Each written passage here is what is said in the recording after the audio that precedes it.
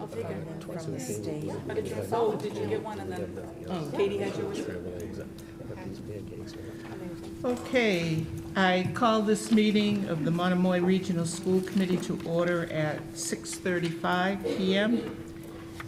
And the first order of business is the approval of the meeting minutes. Are there any corrections? I move to approve the minutes from February 28th, 2019. Second. All in favor? Aye. Opposed? Motion carries. And the next thing we have is public comment. Is there anyone that would like to speak at this time? Oh, yes. Could you please identify Sure. yourself? Hi, good evening. I'm Erica Strespak with the Harwich Cultural Center. I just wanted to make some announcements to the school committee meeting and the Monomoy community. This year, we are thrilled to have the Monomoy High School collaborating with the Cultural Center, and during Art Week, there'll be tours happening here at the high school, and thanks to Bernadette Waystack and Deb Donovan for coordinating that. So it'll be head back to high school, and the public is invited to tour the Visual and Performing Arts Department. Art Week is a 10-day statewide event here in the state of Massachusetts, and this is the second year that Harwich is participating, and this year we really took that statewide. And it's a lot of great recognition, especially with the cultural districts coming on board. We're really thrilled to have the high school, which is one of the cultural partners, participating in Art Week this year.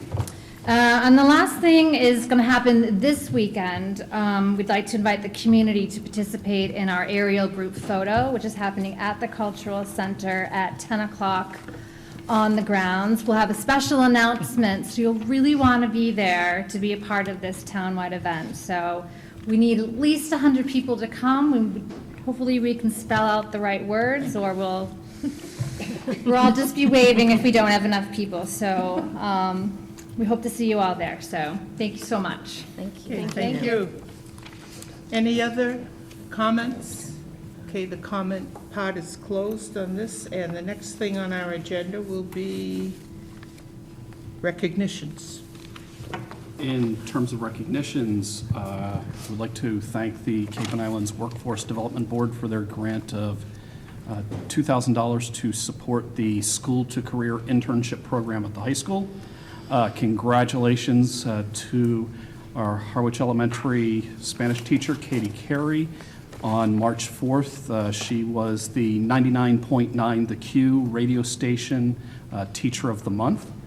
And as Erica mentioned, we have the Harwich Cultural Center has its upcoming Art Week events, and we're really glad to be part of them with Bernadette Waystack and Deb Donovan, inviting people to come and enjoy and see our curriculum that's happening here at the high school. Thank you. Okay, on to reports and discussions, and the first item will be the Costa Rica trip presentation.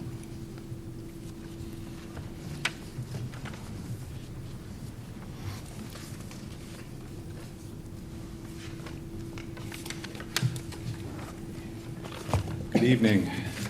First, I'd like to say, well, my name is Dustin Burns. I'm a biology teacher here at the high school. I'd just like to say thanks for your time and the opportunity to present. Thank you, Superintendent Carpenter, for letting me present this very exciting educational opportunity for our students.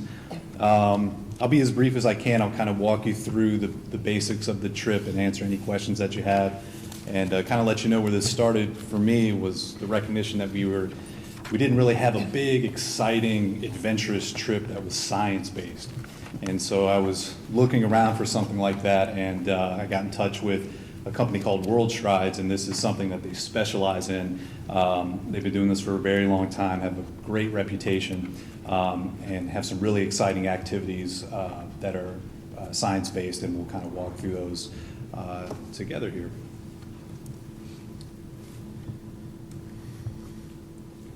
So just a little geography where Costa Rica is.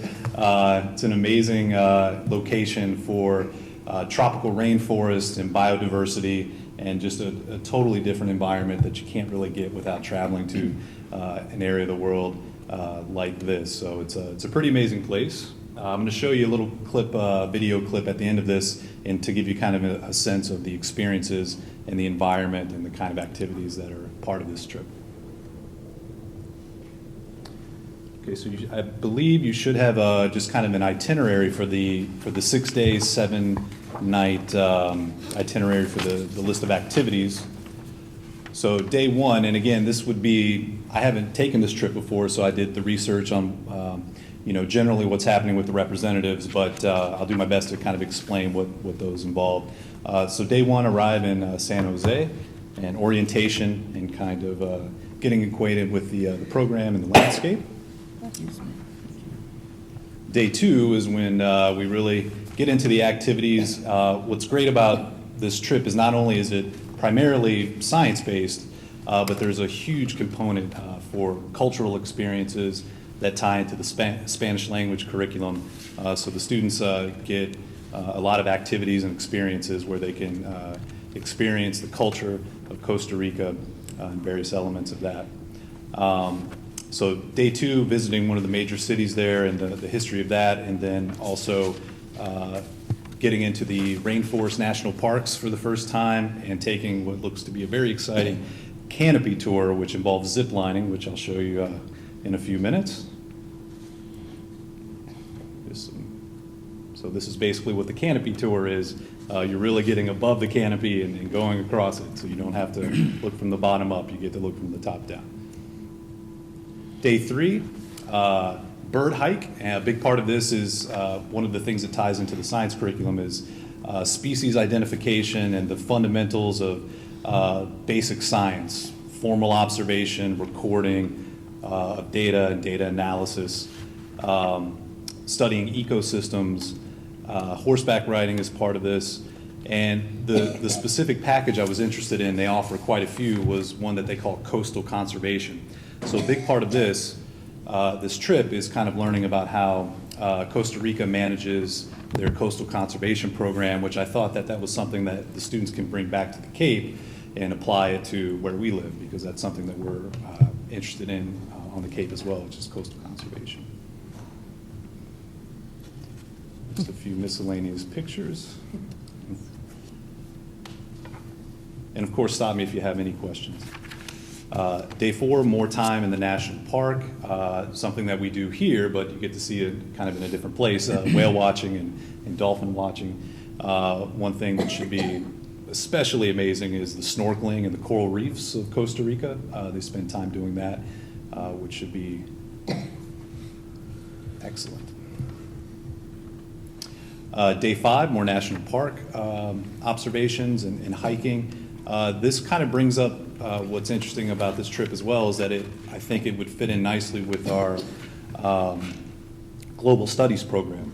So students that might want to meet that requirement, because there's an element of volunteering and also being immersed in the culture, and I think that would fit in nicely if that's something that we would want to tie in with the the global studies program.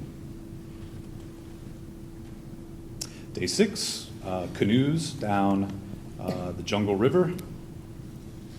And day seven, we would be leaving. So it's a relatively action-packed, condensed trip. 1 week and we're back.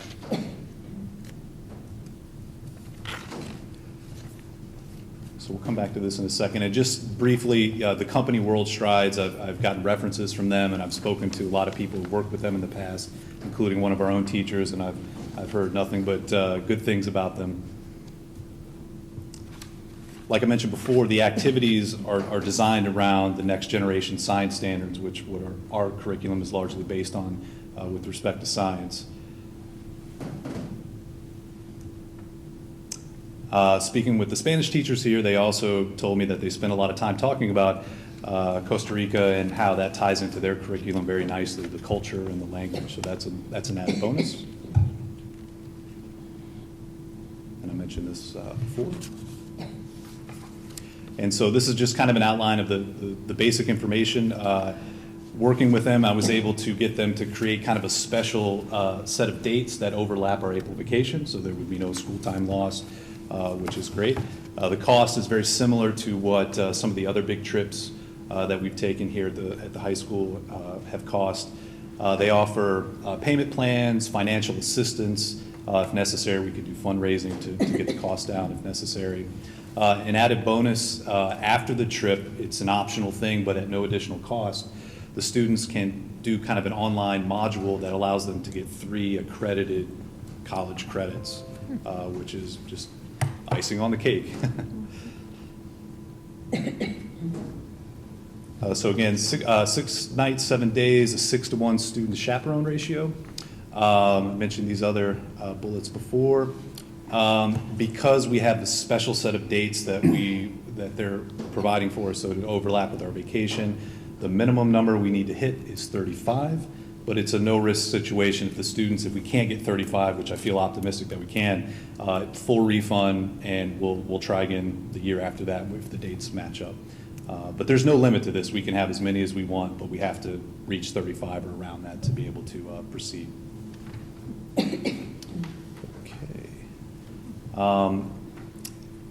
Travel advisory, the last update on that is the minimum level of, the minimum advisory level, which is relatively safe for travel.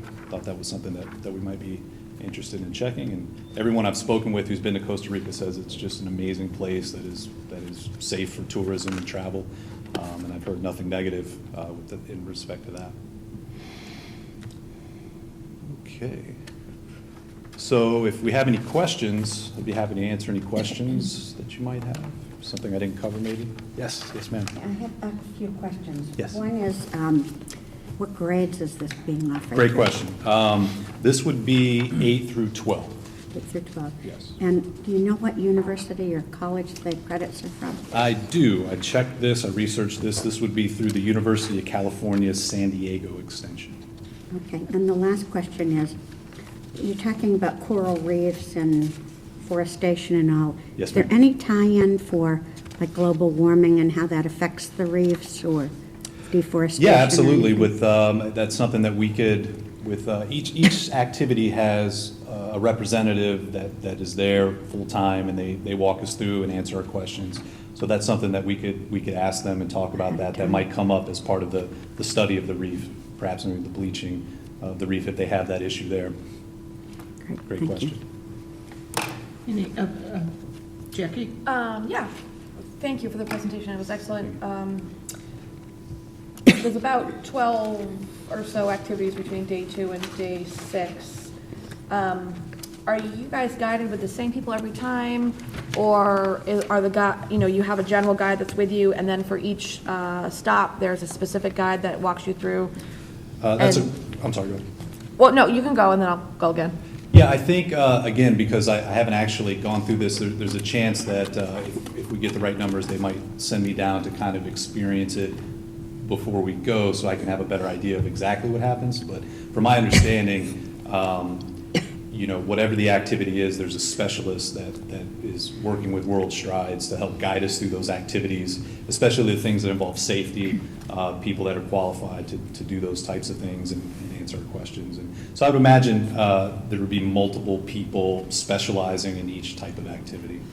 Can you, and you might not be able to, but there's 2 stops that are to the Marino Bellina National Park and the Manuel Antonio National Park. Yes. Are those going to be walking tours? Are those going to be, are you guys doing any research, data collecting, anything like that you're going to bring back to the classroom? Or are you going to be part of a program where they're doing that and they can kind of watch? I mean, I know the trip's a lot of exposure. Right. But are we doing anything else Absolutely. besides exposing them? That's a great to question. Costa Rica? That's something we would expect if we want them to get a real science experience, and that they focus on that. From what I've seen and from my understanding, the activities are based on that type of thing. So they're walking through with the references, they're trying to identify different species in their natural habitat. They're learning about biodiversity and ecological management and development, and sustainability. So from what I've seen, you'll get a glimpse of that in the video, that it's not just kind of roaming around having a great time, which they will do, but it's also has elements of real scientific work, which they can bring back and use as part of the online modules to, oh, sorry, didn't see that. The online module to complete the coursework for the college credits. And a couple more. Are all meals included for the trip? It's entirely inclusive. All they have to do is get on the plane and show up and just follow the lead. Everything is included in that price. And are you guys in a hotel, or what type of? The specific lodging, yes, it's something that is kind of isolated from the rest of the community in terms of lodging. From my understanding, it's something that they provide just specifically for us, but I can always look into that in more detail if necessary. Okay. Thank you. Thank you. Jerry? Thanks, Donna. Kind of a follow-up on Jackie. It's probably a global studies question, but Sure. in general, and maybe we'll come to that. After the kids experience this and then come back, are they asked to create like a project or a summary, collage, or whatever you want to call it, as a academic experience for them as opposed to just returning home to come back to school? That's a great question. There were two great questions and a good question. Sorry. We're I on should have fire started tonight. with great and stuck with that They consistently. get worse. I'm gonna move up to excellent question in a minute. Yeah, that is something that we could do in terms of a requirement. There might be something like that for global studies. I would have to ask Mr. Dixon, who's the expert there. That might be something that we can include for the science elements of it, but for right now, there's no requirement, but there might be for global studies, if they decide to join us and do this Yeah. as part, go with us, yeah. I have one more. Sure. Do you have an idea of how many people may or may be interested in the trip so far to get Right. to your 35? Right, so I was very interested in seeing, because that seems like a big number based on some of the other trips. So I was kind of informally talking to students and teachers and parents to get kind of an informal feel. And it seems like there's a lot of excitement for the trip. So I'm very interested in seeing, how the numbers stack up. I feel optimistic that we'll be able to do it. Because there are also scenarios where, because this is kind of a privately operated trip, that we can maybe reach out to other folks, other people in different schools, or they can maybe join other schools, which is what they typically do with us to get our numbers. So this is kind of unusual because these are special dates. Normally, all you need is about 6, and they'll link you up with another school from around the nation, and then you go as a group. But because they're trying to accommodate our April vacation, it's something that we kind of have to build that group up for that purpose. Scott, I have a question. Tina? Just two questions. So with the college credits, I'm assuming that's science? What credits? Science credits? Right, so from my understanding from the research I did, these are, the students, when they get back, they can log in through the World Strides website and pick content that's most interesting for them. The specific content, I can follow up on that. Okay. But it is science-based, it can be connected to what they experienced in Costa Rica, and then they complete the modules completely online, and they do that coursework and submit it, and then that's how they achieve the credits. Yeah. And the other question I have supports the Spanish language curriculum. So will they have opportunity, I mean, first of all, do you have to be in the Spanish program to go, or taking Spanish? Excellent question. Here. Working our way. No, that really is a good question. Poor guy. No, it's open to anyone who's interested. It's not, and I think we want that and we'll need that to get our target number. So I'm going to certainly advertise to the science students and the Spanish students the most, because it applies to them the most, but certainly as word gets around, if there's anyone who wants to join, the more the merrier. And so that's kind of where we're Okay. at with that. And for the Spanish students that are going, what are the opportunities, I'm assuming maybe at the volunteering project, for them to get into some immersion, to actually be practicing the Spanish? Where will that be happening? From my understanding, it seems like as we visit these communities and participate in the activities with them, if students have Spanish language experience, they could very organically interact with the people of Costa Rica and do, I'm sure there are people there that will help us, that folks that don't speak Spanish, but that's something that they could, informally, organically do as they're, in the activity. Okay, all right, thank you. Thank you. Any other questions? Jackie? Of course. I think we've got this as a vote required for tonight, and my question would be, if we vote to move this through tonight, as there seems to be a lot of, not unanswered questions, but a lot of open things, and we're not Sure. quite sure, are we gonna be going with other students from other schools, or how many, did we end up going? Can we have some type of a follow-up, either from yourself, Sure. or perhaps you reach out to us to put on the agenda, and, we get a report and we follow up, just to see the status of it, because it's a year out. Sure. But maybe in 6 months, or, Absolutely. I don't know what the deadline is.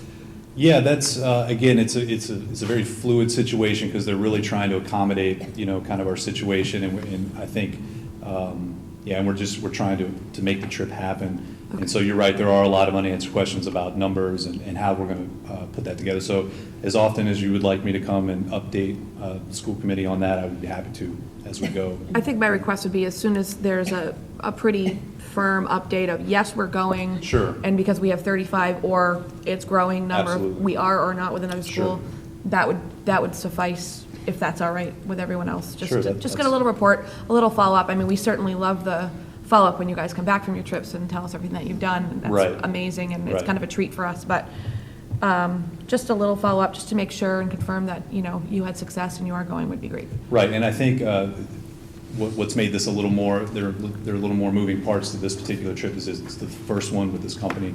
But I think going forward, if they can move the dates where it lines up with our vacation, we won't have these issues of 35. It'll just be pretty much any group is going to go. So, yeah, I'd be happy to follow up with that. Great, thank you. Do you have to have this voted on tonight, or is this something that we could vote on next time after we get this? My personal preference is yeah. We generally have a policy. So that's your answer. This is very intrusive. This is Whack. In terms of me just being excited to start promoting it and officially trying to get people signed up for it, I think the more time I have to do that, the better. But certainly, what's most important is that the school committee is satisfied with the pace of it and how we do that. So Maybe you could spread this around with the teachers. For all of our things, Mm-hmm. they really should come here once and be voted on the next school committee okay, time. sure. That's what we generally do unless there's an emergency. Okay, sure. But that wasn't his decision, so, No, it wasn't. yeah, that's not you. That's No. Oh, It's yeah, just yeah, in it's- general. Not your fault. Yeah, I'm a go with the flow kind of person. Right, So that's fine. That has nothing to do with this you. is not my realm. So whatever you're satisfied with, that's fine. No, it's fine. Okay, so we'll hold voting on this till at least next week, or next meeting. Yeah. And if you have more information, let us know.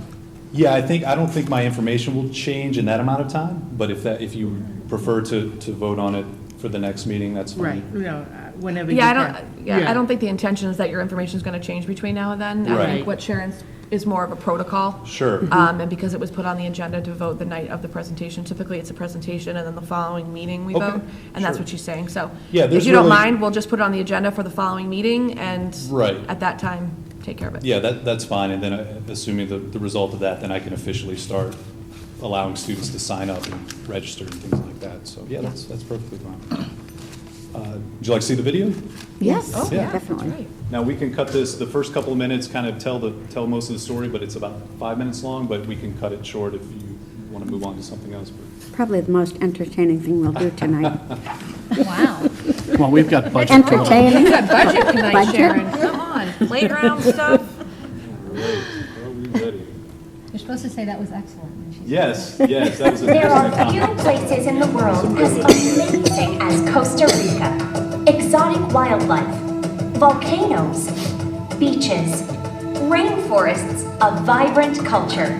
Now you and your friends have a once-in-a-lifetime chance to explore this spectacular country for yourself. Costa Rica is magnificent. Unique, Beautiful. Costa Rica is absolutely gorgeous. breathtaking, fun. Costa Rica is real. No other country combines these on the planet. The experiences are non-stop, zip-line through the spectacular forest canopy. And get a different perspective.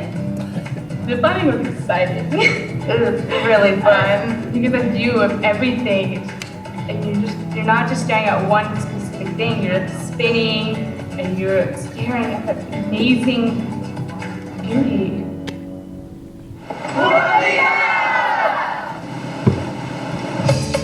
Shoot the rapids with your friends and share an experience you won't soon forget. Whitewater rafting was awesome. I've done it before.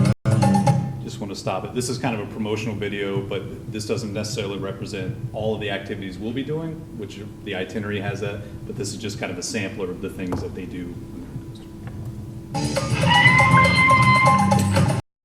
This is not your usual science class. See firsthand flora and fauna that you've only seen in zoos or books. When I hear rainforest, you can always have a picture in your head.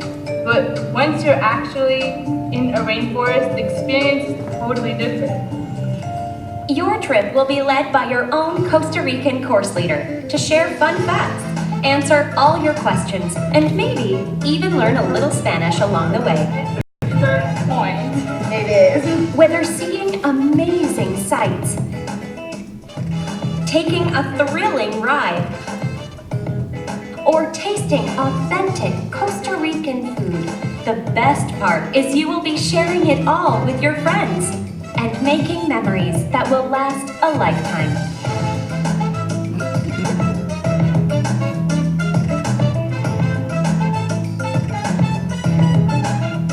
I would recommend this to other students because it's an opportunity to experience things firsthand.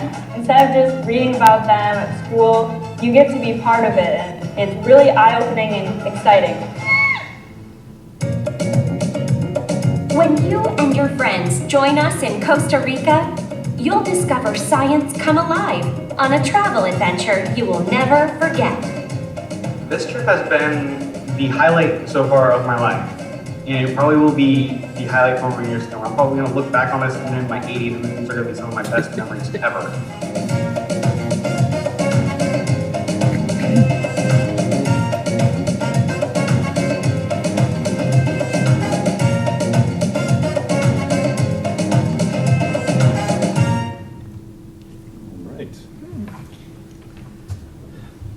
If there are no other questions, again, thank you for your time. Thank you. And if you think of anything else, you can certainly email me, or I can answer them if you need me to come back. Okay. Thank you. All right, Thank you very much. Terry and I will be chaperoning. Yes. Yeah, that's one thing for sure. If it were chaperones, hitting 35 would be no problem. Is that an age you're looking for, 35, or? No, worries. Yeah, anything is fine, so, yeah. No shortage of chaperones.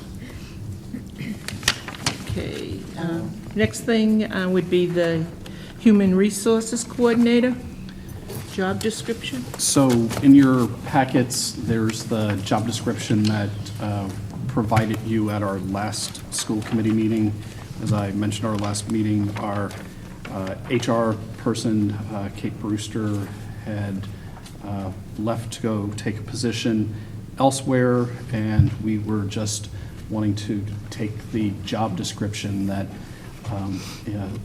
the job that she has been doing as that position has developed over the formation of the school district, and really sort of identify it so that we could hire somebody to fill and suit all those roles. So I'm just looking to have the school committee vote a job description. This is not creating a new position. This is an existing person who we now have to hire for. We will be conducting interviews for the new HR person on Monday.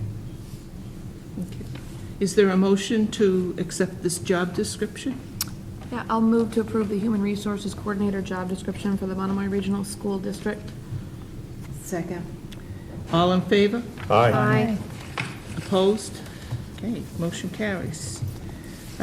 Transportation Coordinator job description. So the next one, and I'd almost consider this a multi-step process, because in the development of the FY20 budget, one of the things that we have done is we have essentially taken a reduction in staffing at central office of a half-time administrative support person to have somebody pick up the transportation coordination.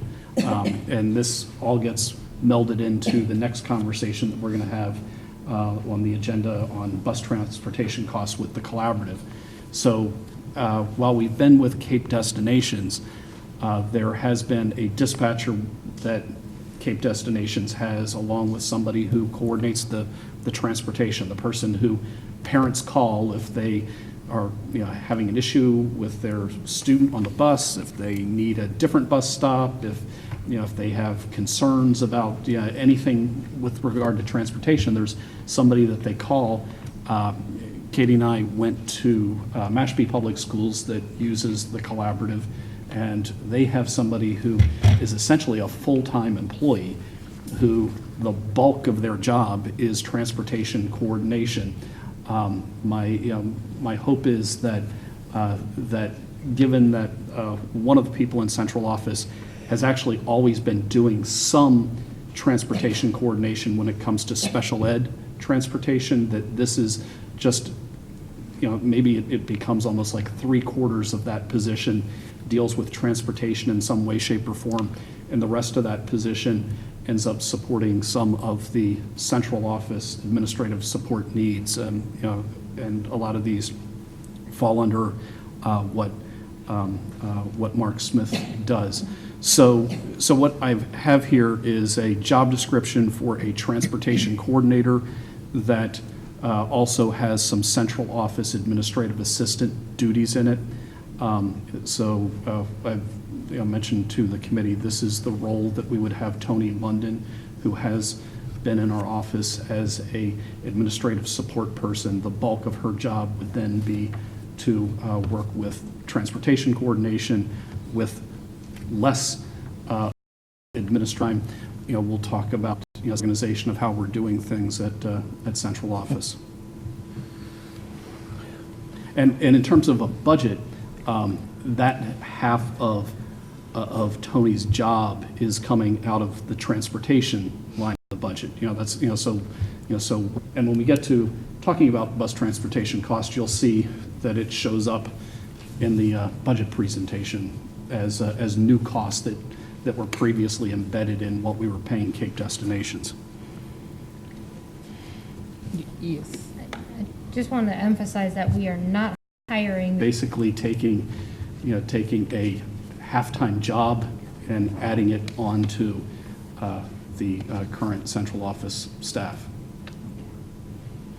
Okay. Any further discussion? Jackie? You always forget me. Your hands.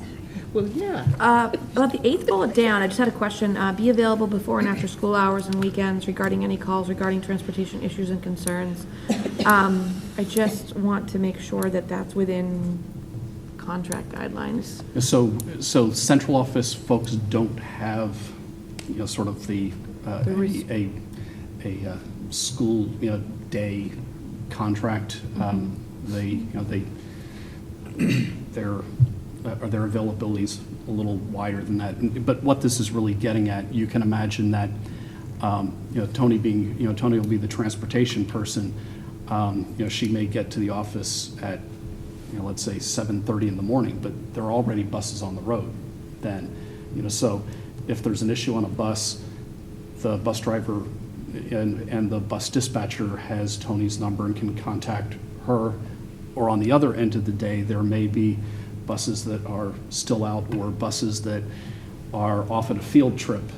So there's there's a go-to person for the dispatch to call, or bus, or the bus company, or not the bus company, but the Cape Cod Collaborative has a whole array of people working to support the buses too, so that there's a key go-to person. And as far as the bus drivers, she's also the liaison for them if they're calling in, not able to come, then she finds a replacement? Or is that HR?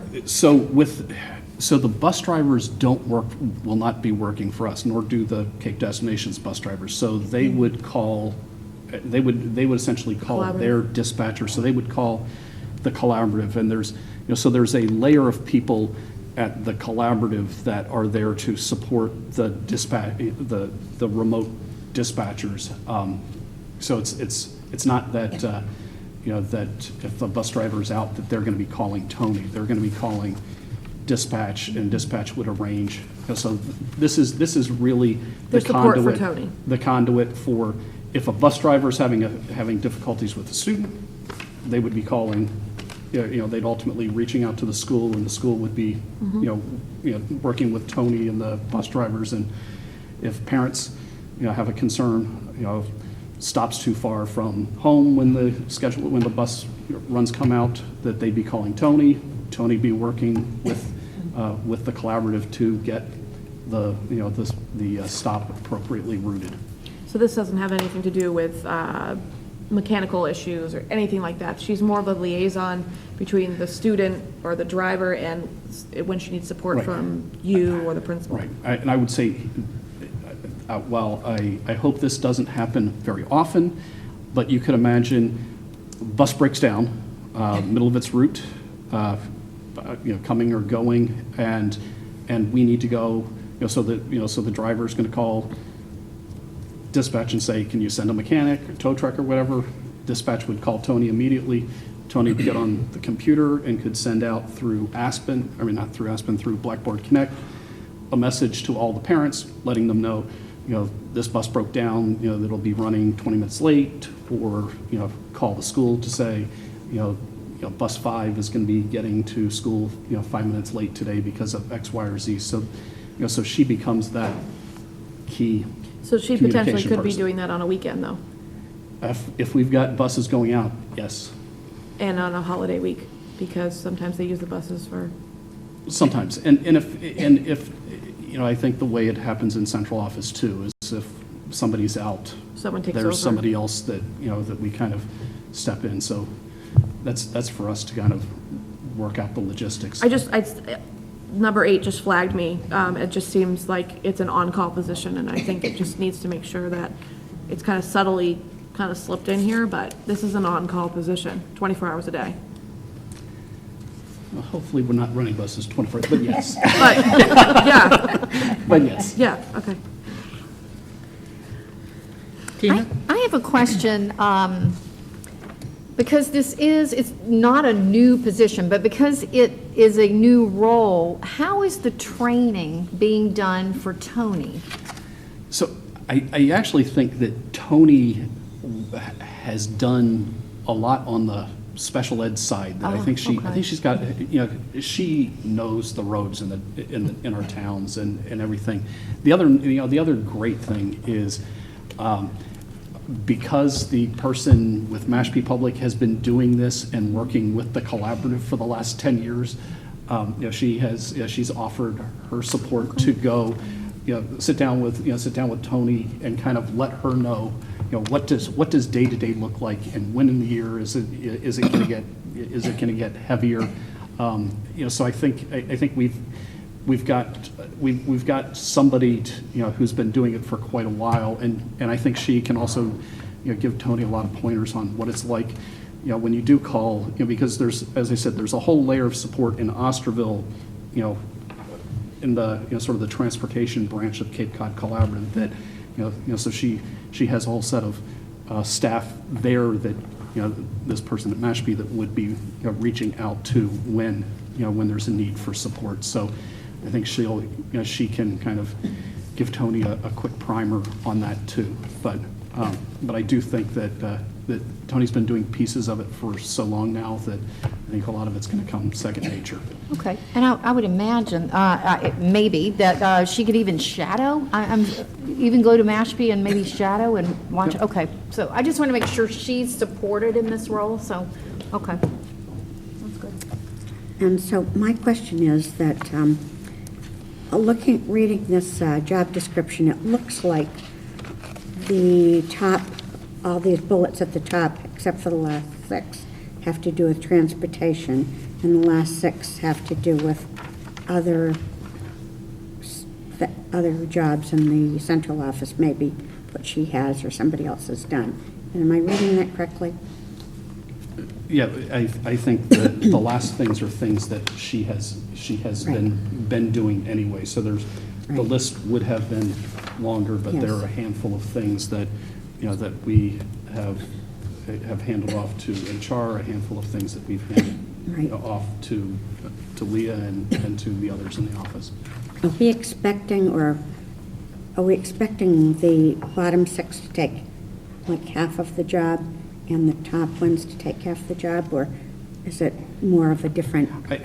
There is a whole slew of things that, even when you get down to maintaining the district's homeless student list, we're responsible for providing transportation for homeless Right. students. So there are things in that are related to transportation that she has been doing now. So so I'd say the top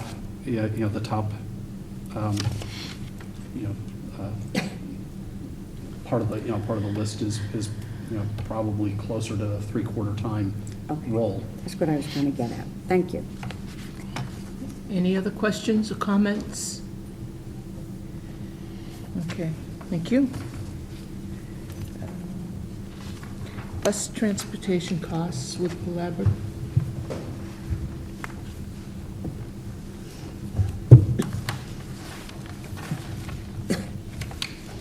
Here's the same color.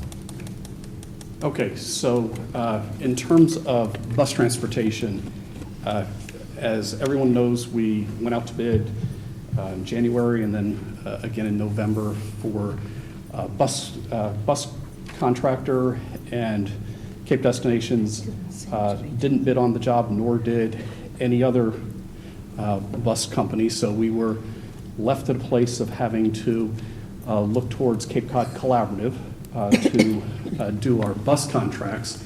We, in developing the FY20 budget, had a 10% transportation placeholder there.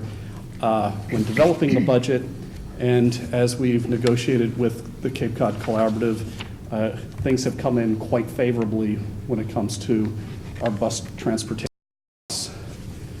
So it's apples and oranges, because we can look at what the transportation costs are going to be with Cape Cod Collaborative looking forward over the next 5 years, but we don't have something to compare with from another vendor over the next 5 years.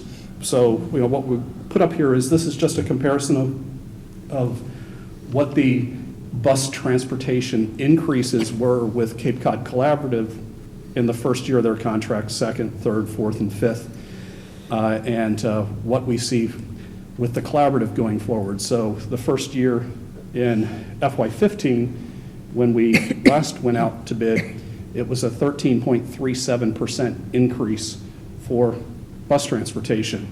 With Cape Cod Collaborative, it's going to be a 6.36% increase. And I want people to know that it's a 6.63% increase, and that includes us financing with the collaborative all new buses for the school district, that over the course of the next 7 years would be completely paid off. So if we look out from FY24 and get to 25 and 26, we're likely going to see, roughly that, 1.25% increase as those buses, as they get to 6 and 7 years old, are going to potentially need a little more maintenance. But once we hit 7 years out, they're our buses. They're paid off, and you'll have a window of time that we've heard from, from Mashpee that you're going to see your costs even go down a little bit more because you're now no longer. It's like when you buy a car at home, you hit that point when the car's paid off, and suddenly you have whatever, a $400 windfall each month because you're not paying on the car until you need to go buy a new one, and then you're potentially financing the car. So if we're looking out in that window, FY25 and beyond, when the buses get paid off, you might imagine that at some point you'll start, the school district would start, if we stay with the collaborative, start renewing a fleet of buses. So in any given year we may say, okay, let's replace the 3 buses that we've had the most maintenance issues with, and do that so that we don't see any one year spike to 6.36%, but over the long haul, we should actually see the transportation costs remaining relatively reasonable with the collaborative. I know one of the things that that the selectmen wanted to know, just what are those all-in costs, and we have a spreadsheet that we can provide. That's the spreadsheet that we use with the collaborative that has fuel costs, maintenance costs, personnel costs, benefits costs. The way we broke things down here is to look at all types of transportation that the school district does. So we have 14 buses that do our regular daily routes. We've got buses that do these special routes every day, these late runs, and we have an express bus. We have buses that do pre-K runs and that do summer runs.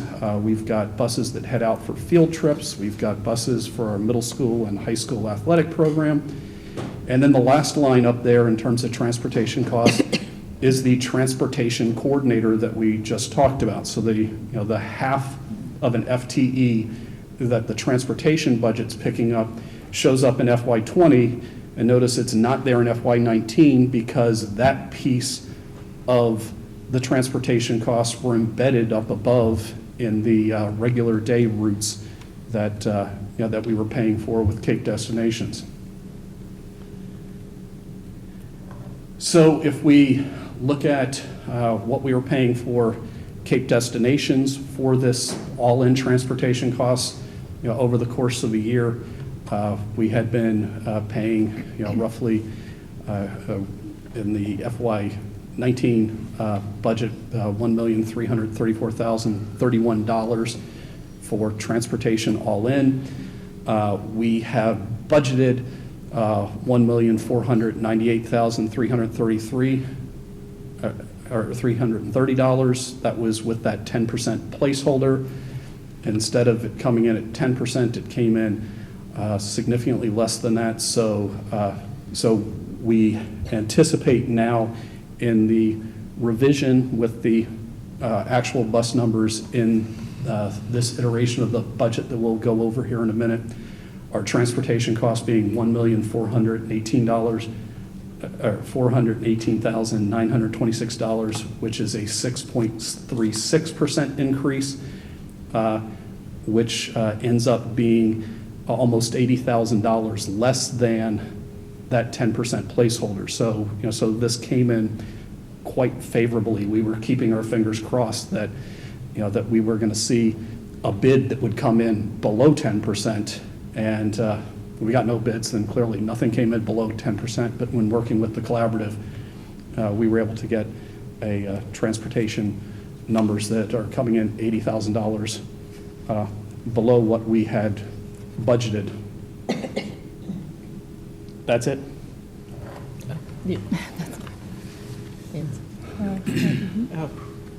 So in your packets are the templates that have the costing, that people have been interested in seeing the fuel costs and the maintenance, and so one is for the regular day and the other is for the pre-K. summer program. So we'll be sharing that when we go to other meetings as needed. My question or comment was going to be that you mentioned that the costs include the financing of the buses, and it also includes the maintenance and the gas and all inclusive. Every single thing that the Cape Destinations would have provided us. Right, This is the all-in cost for that. correct. Just a comment on when we realized in January that we were a no-bid district, I want to commend Katie and our Superintendent Scott, because not only do the services with collaborative include everything, the price out is in our favor, so that's just an excellent task for starting with the kids and also our budget, so thanks a lot. And we have to keep in mind, the percent increase that we're looking at for next year is less than half what the percent increase was 5 years ago when we went out to bid. Any other team? Yeah, the only comment, I want to just build on what Nancy said, because I know there were a lot of questions about this, but it is all-inclusive. It's all here, and I just want to also highlight the insurance around the vehicles, too. So everything is in here, so I just want to acknowledge that. Any other questions, comments? Jack? No. Nope. All right. And just other things to point out. There are spare buses that are included in this. So it's not that we just have 14 buses. We have buses, so that you can have a bus out at a field trip, that extends beyond the school day, and still do the runs. So when you get a fleet of buses, you have a few spares. So if there's a mechanical issue, there's a bus.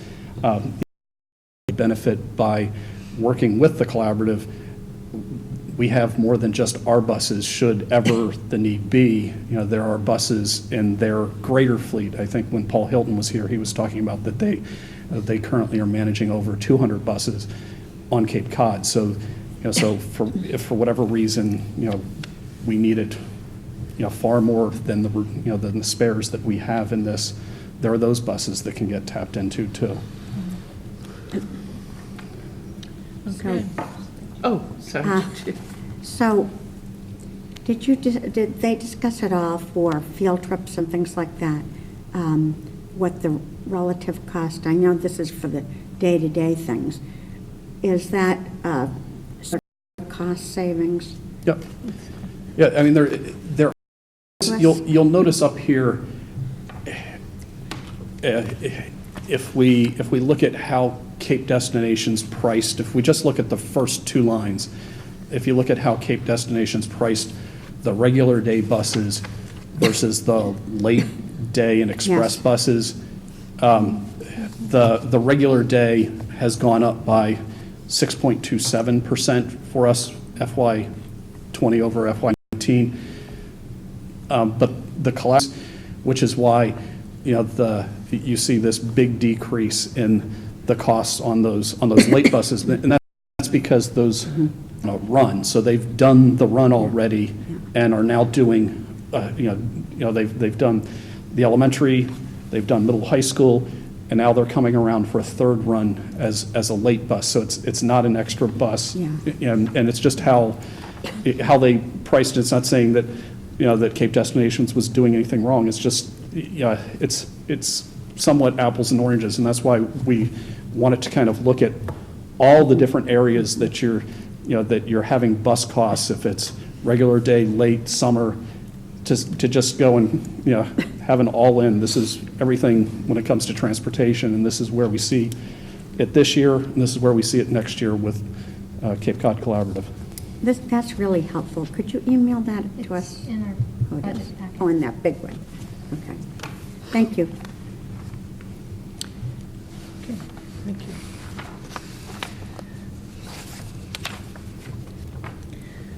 Okay, next thing would be playground improvements, activities at Chatham and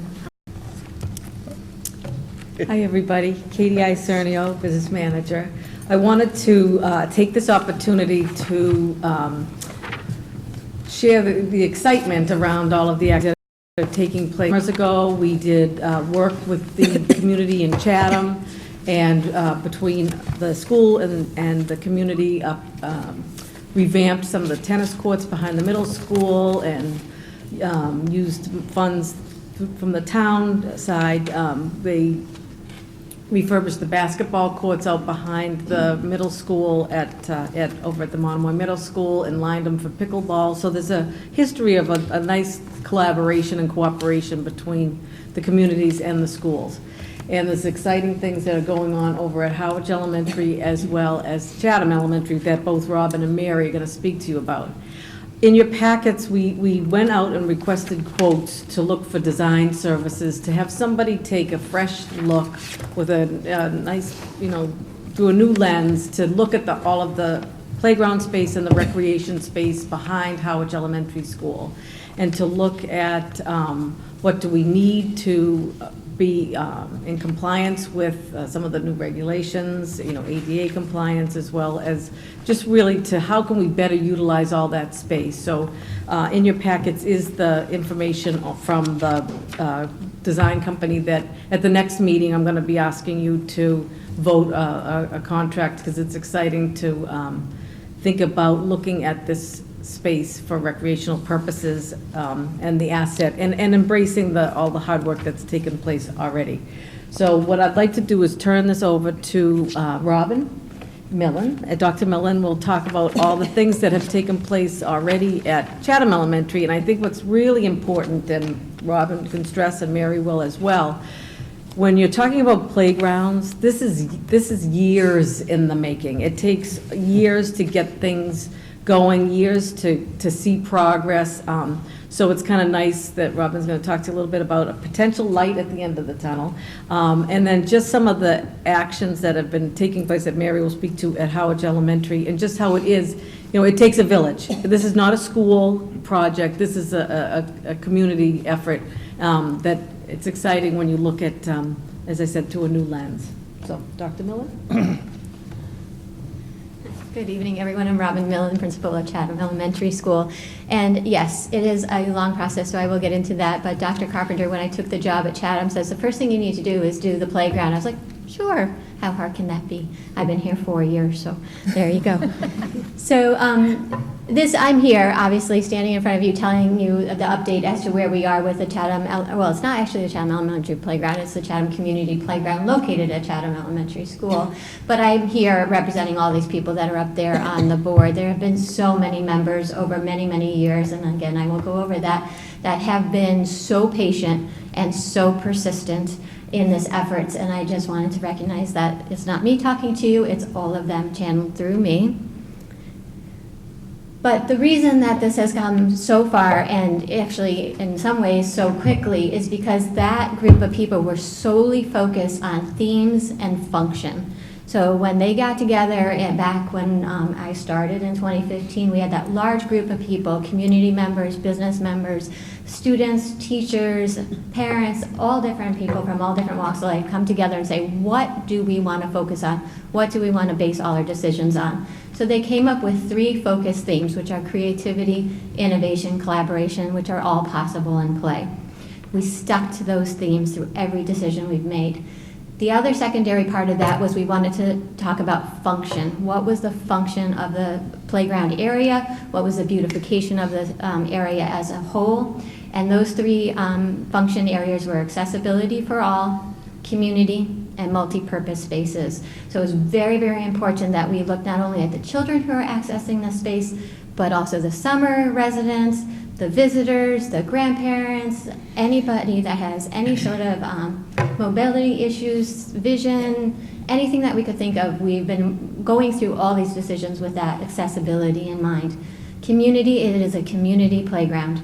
We have not left that idea. Anybody can use that. Yes, Chatham Elementary School uses it 180 days for 6.5 hours a day. Yes, we do. There's another 186 days of the year where many, many partners came together and said, hey, we use that during this time. We send our guests over there. We do our babysitting over there. We do all these things. So community was very important. So we wanted to make sure we respected not only our elementary students, but also the community at large. And then it's a large space. It's a downtown space. It sits on a beautiful campus. We share space with the fire department. We share space with the Railroad Museum. We share space with the Chatham Anglers, and we wanted to make sure that we represented all that multi-purpose space as well. So we got together with those things in mind, and we knew this was going to be a process. So we separated our situation into 2 phases. The first phase being the phase 1 phase. And that phase, if you've been with me long enough, know that that is where I learned more about swales and irrigation. So first thing I thought of when I saw that picture, Oh, swales. goodness. You know, how much PSI goes through in a pipe. I never knew I needed to do all that in this position. But that first phase, it was very important to that committee that we handle that as a Monomoy district and also as a town entity. We have several members of our committee that are town representatives. Mr. Dan Tobin is with us, Mr. Terry Whalen is with us, and we knew that this phase is not something that we could say to our townspeople or any of our volunteers or supporters, hey, let's fundraise for irrigation. That's an infrastructure situation. We needed a field, and if you look below, that's what our field looked like in 2015. And we put it together. So out of the graciousness of the district, but also the town, we've put forward monies, the district ourselves put money forward for the well, the electrical, the irrigation, the piping, and all of that happened through our budget. The town provided in-kind support with like the regrading and the sod and the seed and the aerating and all of the things that, again, I didn't know that I needed to know. But that got done, and the green grass will grow. It did. So we currently, if you look at just a visual between that picture and the picture down there where the children have all the grass in their hands, they were the most excited. It made a huge impact. It gave us an opportunity to play football. It gave us an opportunity to play soccer. And it stopped what I used to tell you guys, the digging of all the coal and all of that stuff that was happening. So that was a huge progress. And really at that point, everybody was like cheering and we were like so excited and you know everybody was happy. And we took a deep breath and we said, okay, now phase 2. So phase 2 became the planning for the places to play. And down below, again, you have to recognize this process. It started back in 2014 with a very small group, well before my time, of very interested parents and teachers. Went through 2015, 16, 17, we got the field. Then we started planning and beginning the fundraising with the PTO in 2018. So we have been planning quite a while, again with those functions and those themes in mind. And that group was phenomenal. They came up with 3 lists, 3 plans. The first plan was the must-do. We have certain upgrades to the playground that we must do between our evaluations of our playground, between the things that Mr. Dan Tobin has been helping us with. There are elements of the playground that need to be repaired and replaced. Anytime you repair and replace a playground, you have to meet code. So all those things, then add 2 other things, and those are our must-do lists. So we had that list. Then we had a second list, and we had this would like to do list. So I had the must-dos, and then again with those functions and those themes, we added a little bit more to that. How could we add more creativity? How could we use more multi-purpose spaces? Kind of those ideas. So I would like to do, that would be really fun. We like those kind of plans. And then we had a third plan, and that was if money was no problem plan. That was our dream plan. We originally, this group wanted to set $1 million budget. They wanted to fundraise for $1 million and do a whole lot of things with that dream plan. Unfortunately, it doesn't work that way. Fundraising was very difficult. Our PTO has worked tirelessly, but there's only so many spaghetti suppers you can do when you're looking at playground costs that are well into the hundreds of thousands of dollars when you get down to it. So we split at that point we split our committee into 2 groups, fundraising group and the grant writing group. So the fundraising group continued to have spaghetti suppers, lotteries, do the PTO. They were wonderful. They did all of that. On our behalf, as a grant writing group, we started writing grants, and one of the largest grants we did write this year was for the Community Preservation Act grant, so the CPC in Chatham. And Chatham was very gracious, and they were wonderful to us. We asked for $350,000 from them, and I'll tell you why in a moment. They did cut the grant by a little bit, but they did unanimously vote to put the CPA grant for $295,000 for the Chatham Community Playground on the warrant. It got unanimous approval from FinCom as well, and it will be on the warrant on May 13th. That has to pass town meeting in order to get that grant.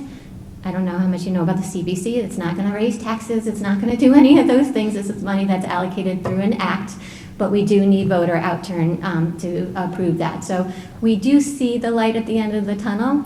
We're hoping, again, if we don't get that, we're going to have to step back and spaghetti dinner again. But we're really hopeful that the town will support this grant at town meeting. So this is where it comes to the costs. And what you have down there is just a projected plan. We have not come up with a final plan, but we had to have something that came in within the budgetary amounts that we were hoping to get. So what you have down there in that picture, which everybody loves, and the children are the one that voted on this particular plan, is the large playscape. So it does need to be removed, and it does need to be repaired in certain areas, so we figured we might as well remove it and repair it and replace it. So it is a must-do in some ways. There are ways we've kept a lot of the poles and a lot of the things that we can reuse if we go with this particular vendor. We have not made those decisions, but that is the large playscape. But along the right-hand side, and I can produce this for you in a better copy that you can actually see a little more clear, that playscape costs $136,000, a little bit over that. $136,210 is the estimate. So this is not a playscape that you can go to Home Depot and buy, and a lot of people are having a lot of sticker shock over that. It's and this all comes off the state contract list, so this money is not like variable. It's not like we're going to go out to bid and get a whole lot of difference, maybe a little bit, but not a lot. It does not need to go to bid because we pull it off the contract list. Some of the other costs that we have here that is in our must-do and a little bit of our want-to-do list, and I'll explain that to you, is so the must-do is the playground equipment for the large playscape. The other must-do on the playscape is you have to pay for excavation and installation. Years ago, when you had the community builds, like the barn raising of the playgrounds, it was great. The community could come down and help you with the installation. It's really frowned upon now. We've learned a lot over our time of doing this because of liability, and if somebody doesn't tighten something correctly and all those things, you open yourself for more problems. So installation is in this cost. We also have the small playground. We call it the 2-5 playground, ages 2 through 5, which is our preschool and our kindergarten playground. Must-dos for that are repairs. That's in this cost. Other must-dos for that is we have to fence that smaller area in for the requirements of DESI. So the costs are in of that. What's also in the cost here is some of the things, again, with that accessibility function, creativity, is that this committee has been unwavering in the that they want to put poured-in-place rubber surfacing down. The accessibility function of a poured-in-place versus the wood chips is huge. We did a lot of research on it. There's a lot of things. We also had a lot of information from our consultants that potentially Massachusetts was going to mandate the poured-in-place rubber surfacing for all of their playgrounds. That hasn't come to fruition. We have not seen anything in the legislation that has come up with that, but the Massachusetts Architectural Access Board, which is if you were in any situation where you had to prove you're providing enough access to your playgrounds for any kind of suit or anything like that, they usually refer to them. They're recommending it at this point. So it hasn't come through anything legal, but we've heard of other districts or in other towns where they've done beautiful playgrounds. Somebody said, wait, I can't access, it's not accessible. And then they have to pour the poured-in-place after. It's like putting carpeting down when you already have the furniture in. So it becomes a problem. So that's been that's one on our would like to have, but it's still in this cost. Some of the other like to haves that's still in this cost is, as you saw in the busing thing, our playground is open to our preschool program all year round. So it was very important to the committee that, for function, that we put a shade structure over our pre-K playscape. That's still in this cost, and that's quite a significant cost as well. The port in place is very significant bill as well. And then there's benches and landscaping and things like that in this cost, which we want to be good neighbors, and the community was important to spruce up the area a little bit. So the total cost for our playground project is estimated at over $375,000. Okay, so we are at between the playground and costs and all of these donors, all of these supporters, all of these volunteers, almost there. But there is still room to grow. So we have still collecting any private donations that anybody would like to give to us, to the PTO. The PTO is still planning their fundraising events to kind of close in the cost. We're about $20,000 short, but of course, if we make more than $20,000, we have the wish list that is in our dream plan as well, as long as it adheres to our creativity, innovation, and collaboration themes. That's great. Is the Yes. break ground hypothetically fall 2019? Is that what Yes, you we thought? planned on a fall 2019 build. One of the reasons we did that is because we heard that it's the last time to get some of the contractors in, and they usually give you a better price. It will be unfortunate to us because we won't be able to use the playground at that time, but we have other resources that we can use. Great. I'm really happy about the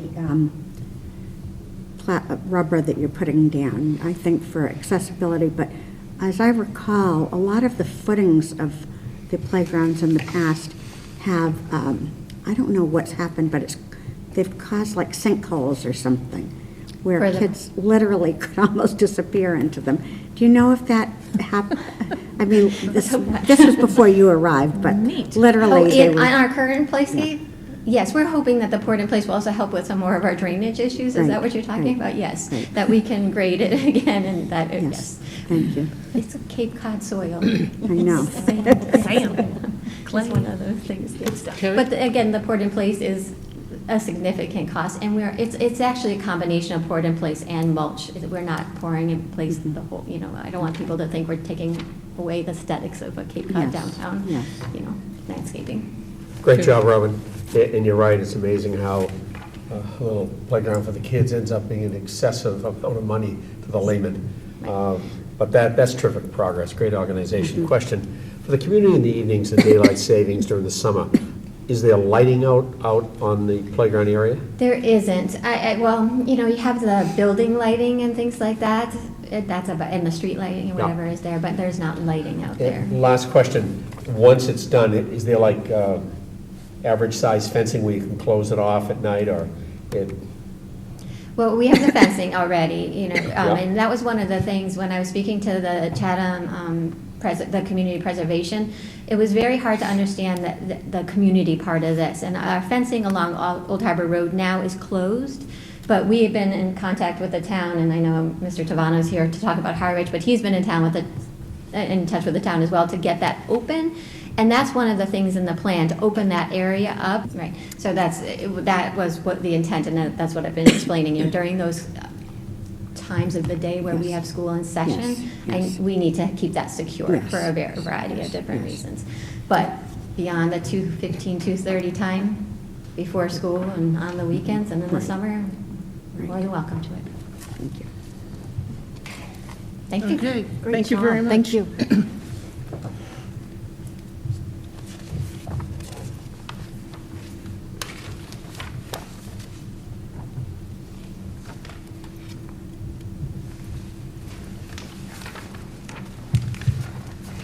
I'm Mary Oldak, proud principal of Harwich Elementary School, and I will be making a presentation tonight along with Justin Tavano, who wears many hats for our school. He is a Harwich Elementary School parent. He's a Harwich Elementary School alum. He is a member of our school council. He's also a Chatham firefighter and a youth coach, and a huge supporter of our school community.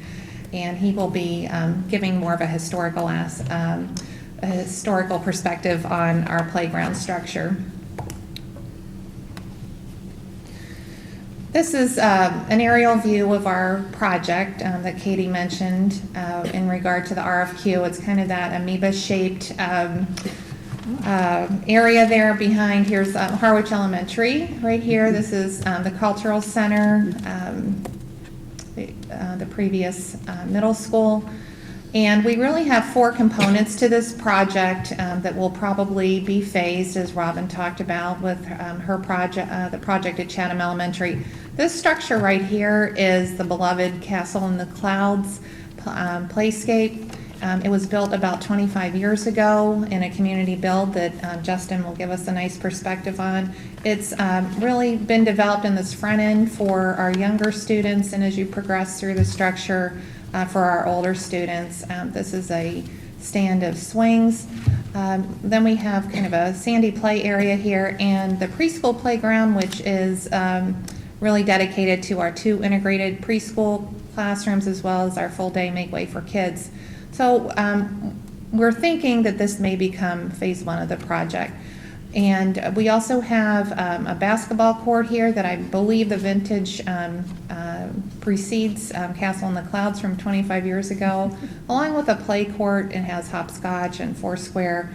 And we are also including, as part of this community playground, the Little League fields back behind the Cultural Center and Harwich Elementary School. So as Robin commented with the Chatham Elementary project, it really is a community recreation space that we're looking at as a whole because it's one contiguous piece of land.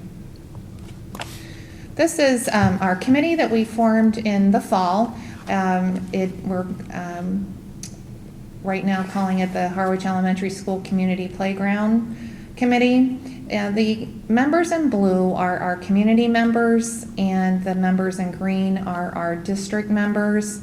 You can see we have a nice range of representation from our Harwich PTO, Katie Cutter, the president, Eric Beebe, who's the director of the Recreation Department for the town of Harwich, John Larrabee, Justin Tavano, and Leanne Smith are what we have tagged as Castle in the Clouds first generation child. They were kids when the Castle in the Clouds first went up, and they have a wonderful perspective and history to bring to the committee and an emotional investment. And as you can see, the 3 of them really also wear lots of hats for us. Shannon Reeves is a Harwich Elementary School council member and parent. Tina Games has joined us, and as a school committee member, Mark Haley is on board as the president of the Monomoy Little League. And we also have reached out to Don Howe, who was the chairman of the original Castle in the Clouds Playground Committee. We also have 9 members from the school, a nice representation of teachers, instructional assistants, our central office staff, and myself and our Joy, our community engagement coordinator as well. So I'm going to turn it over to Justin now. He's going to tell us what that purple monster is.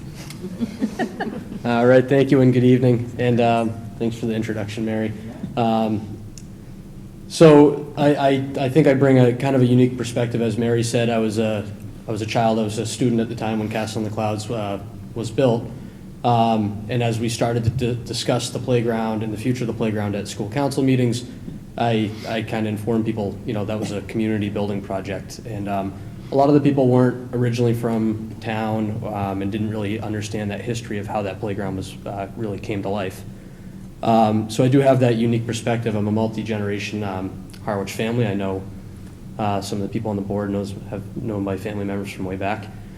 So I just wanted to start by talking a little bit about where we were before Castle in the Clouds went up, and then discuss kind of how Castle in the Clouds came to life, and then that'll segue into where we're looking for the future. So the purple monster, what's the purple monster on the screen? I think the only people that are here that might have any idea would be maybe Leah, maybe Sharon, and Terry. Does anybody remember the Big Foof Wall? You might have no idea. Big Foof Wall was a big concrete wall that sat out behind the old elementary school, and it was really about all we had to play with. And dirt. And I think about the slide that Robin shared with us, where you can see kind of the overhead of Chatham Elementary's big dirt field. we had the Big Foof wall, which was a gigantic yellow concrete wall with a purple monster painted on it, and a big dirt field that we played soccer on. That as soon as it started raining, it would turn to mud, and the poor nurse at the time ran out of clothing after the first week of school because everybody would have to go get new clothes. But anyway, I don't know why or who came up with the name Big Foof, but that's what it was referred to. Eventually, Big Foof started falling down, and Mr. Joy had to come with his machine and knock it all over. And if you were lucky enough to find any residual pieces of Big Foof, they were like gold in the cafeteria. You could trade them for snacks and everything else. So I recently posted on Facebook just looking for some of those pictures if anybody could find any. And unfortunately, I couldn't find any, but it did bring people down a trip down memory lane about the Big Foof wall. And so Leah's gonna look, she might have some. Right, the Halloween parade. But that, I just wanted to kind of share, like, that's what we had. And what did we do with Big Foof? We kicked soccer balls against it and threw tennis balls against it, and sometimes people climbed to the top of it and fell off of it. But that's really all we had. We didn't have much playground equipment. So that brought us, that was about, the late 80s, early 90s, and I was in elementary school at the time. Around the early 90s, a small group of the Big Idea got together, and they said, we really need to get something for Harwich's youth and for our children at the elementary school, something more engaging than a concrete wall. So it was a small group, they had a big idea, and they said, how are we going to do this? And it was their initiative from the get-go to make this a fully fundraised and volunteer effort. And it was really going to have to be a townwide project that spanned over multiple years. My plan is, because I was in middle school at the time and I certainly don't remember those or have documents to prove it. But I have, to jog my memory, I've gone through some of the Cape Cod Chronicle archives, and it was a pretty cool trip down memory lane to see what really went into it back then. And the more I looked at it, the more I remembered myself about the whole project. So the facts that I did get was in 1992 is when the fundraising efforts kicked off. Cranberry Harvest Festival used to be a massive festival for Harwich, and it was a really big weekend in the fall. And that's kind of what they used to really kick off the fundraising efforts. From there, I thought back and I said, really from that point on, for those couple of years, everywhere you went in town, every event, every place you went to, every person that you came across, somebody was tied into this project. Town really, it was really spectacular to witness it happen. From penny jars out at every store that you went into, everywhere you went, every single weekend there was a fundraiser for this. And the barbers in town donating their day to all their money going towards the playground. So it was really truly a community effort. And I think the important message there is that the mission then was always about the kids. What can we do for the kids? What can we make better for the kids? People bought into the project. As a middle school student at the time, they knew that the middle schoolers weren't going to really see a huge benefit to the playground. By the time this project was done, we were going to be moving on to high school, and the project wasn't really going to benefit us. So how do you engage a bunch of kids that share that same property, saying, oh, you guys didn't get it. We had this cool concrete wall you played with, but these guys are going to get this Taj Mahal playground. So how do you engage those kids and make them really feel like they should be a part of this too? And when I started to really think back about this time, some of the teachers I had in middle school and the lessons that they taught us back then, they taught us that it's about your community and how to give back to your community, even when it doesn't directly benefit you. They taught us about teamwork and setting goals, and how if we can look past individual differences and work as a team, and we can set goals, how we can accomplish those goals when we work together. And then lastly, the third thing that popped into my mind was back in middle school, we did still have mandatory shop class. So Mr. Jaworski really had tuned us up and had us ready to go for when the community build did actually happen for that weekend. So this was just one of the articles I came across. And the cool thing I found about this article towards the right-hand column, The company that built the playground came and visited Harwich Elementary School and asked some of the students, what do you want your playground to have? And, some of them said, a big slide, a haunted house, but as you get further in the article, the representative from the company said, who's going to build it? And some students yelled out, my father, and some yelled out, my mother. And they were right. They might not have known it at the time, but they were right. Those were the people that built the playground. And so in the second last paragraph there, that same night that the company went to the elementary school, they had a sign up for volunteers that were going to help for the community build weekend. And you can see that they had, just that night, between 200 and 300 residents show up to sign up to volunteer. Now, being in some of the things that I do for our community, I'm asking for volunteers a lot, and I know firsthand that when you have 20 people to sign up for something, usually you get 10 that show up. So you get about a 50% success rate. So they had 200 to 300 people come out and sign up, and as we get to our next slide, you'll see what the actual numbers were. But that, even just thinking about 200 to 300 people showing up to sign up is a pretty remarkable number. So this brings us to the actual community build weekend. Castle in the Clouds, the brunt of the project was built over the course of 5 days in May of 1994. The project started on Wednesday and ended on a Sunday. They had 784 volunteers turn out over the course of those 5 days, which was about 10% of the town population then. Some worked 24/7, literally overnight, guarding the site. There was, the logistics that went into it was incredible. And I remember being, a middle school student at the time, and they engaged all of us into the project. We were out there with tools and assigned to teams to help actually build the structure. But seeing the amount of food donations that poured in, and they needed somebody to handle all those logistics. They needed somebody to handle bathrooms and tents, heavy machinery that was donated, with operators to do some of the heavy lifting. Just some of the other things that I mentioned up there. They had full-time childcare throughout the whole weekend for the people that had young children who weren't able to operate tools out on the site.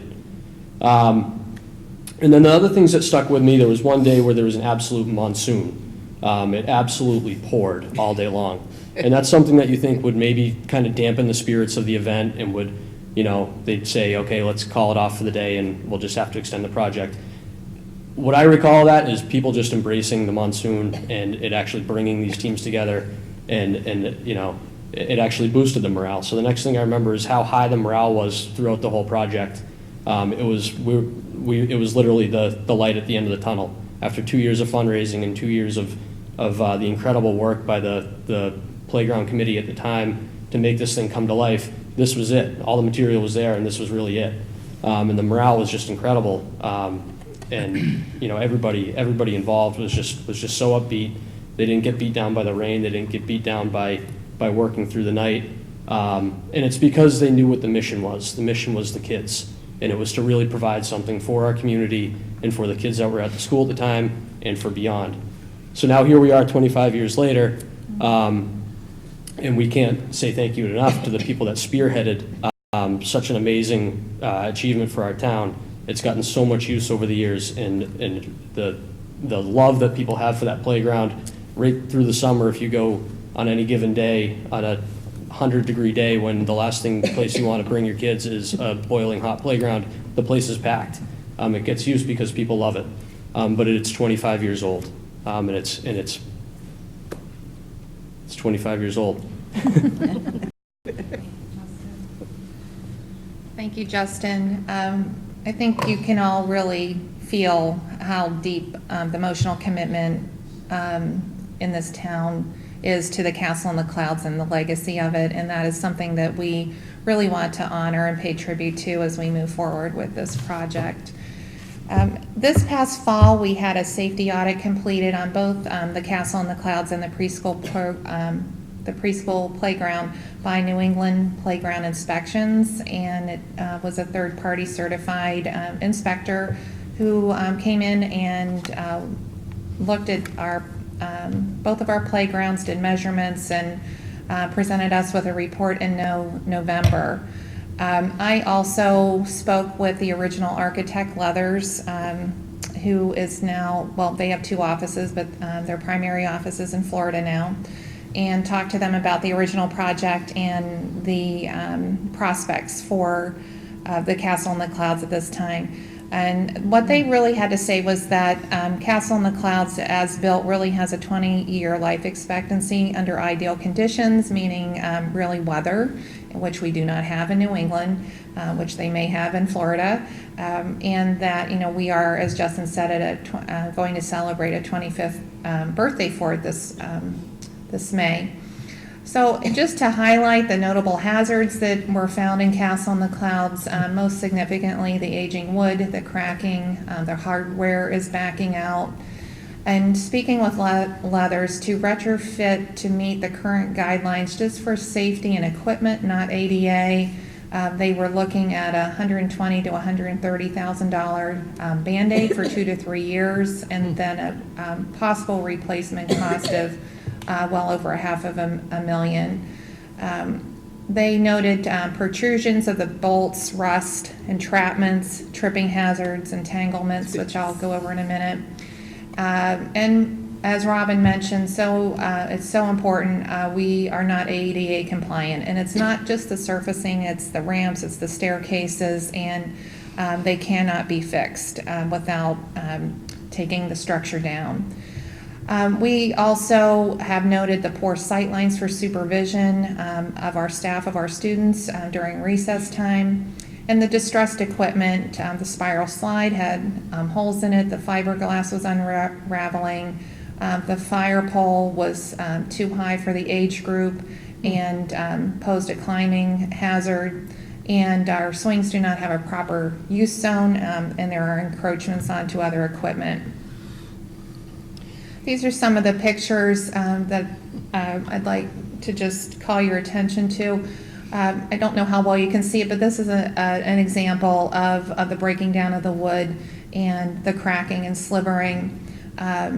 This is an example of the hardware backing out on a piece of the equipment, a tripping hazard that exists here.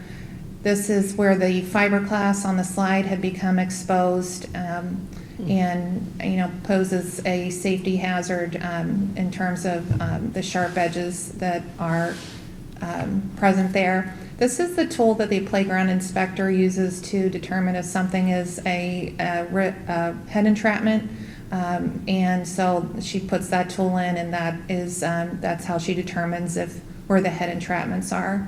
And just the structure itself, for its time, this was the play structure, lots of nooks and crannies. The kids love it, but you can see how much it inhibits the lines of sight for supervision on the playground.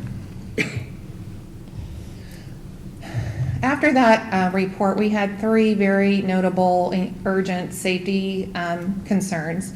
The first was the jungle gym on the preschool playground. The second one was the fire pole here, and the third one was the slide. And we had wonderful cooperation from the town Department of Public Works and Eric Beebe from the rec department. They came over, I think it was within a week of when we met with the playground inspector and helped remove that equipment for us right away. So we were able to take care of those safety hazards right away for our kids' sake. And as these are an example of the splinters that we have. We have a total of 88 splinters last school year. We are at 73 so far this school year. These are pictures that our school nurse, Holly Tavano, has taken for us, and just some of them, but you can see how deep and how significant they are, and not something we want any of our kids to experience. Yeah. Time to bring back the purple wall. Yeah. Foo-foo or whatever his name was, way safer. Yeah. For climbing the wall. But, in all seriousness, those, it's not something we want our kids experiencing when they're at school. We want them to be safe and not be hurt. Our notable hazards on the preschool playground, the surface is sand. The surface on Castle in the Clouds is a type of wood chip.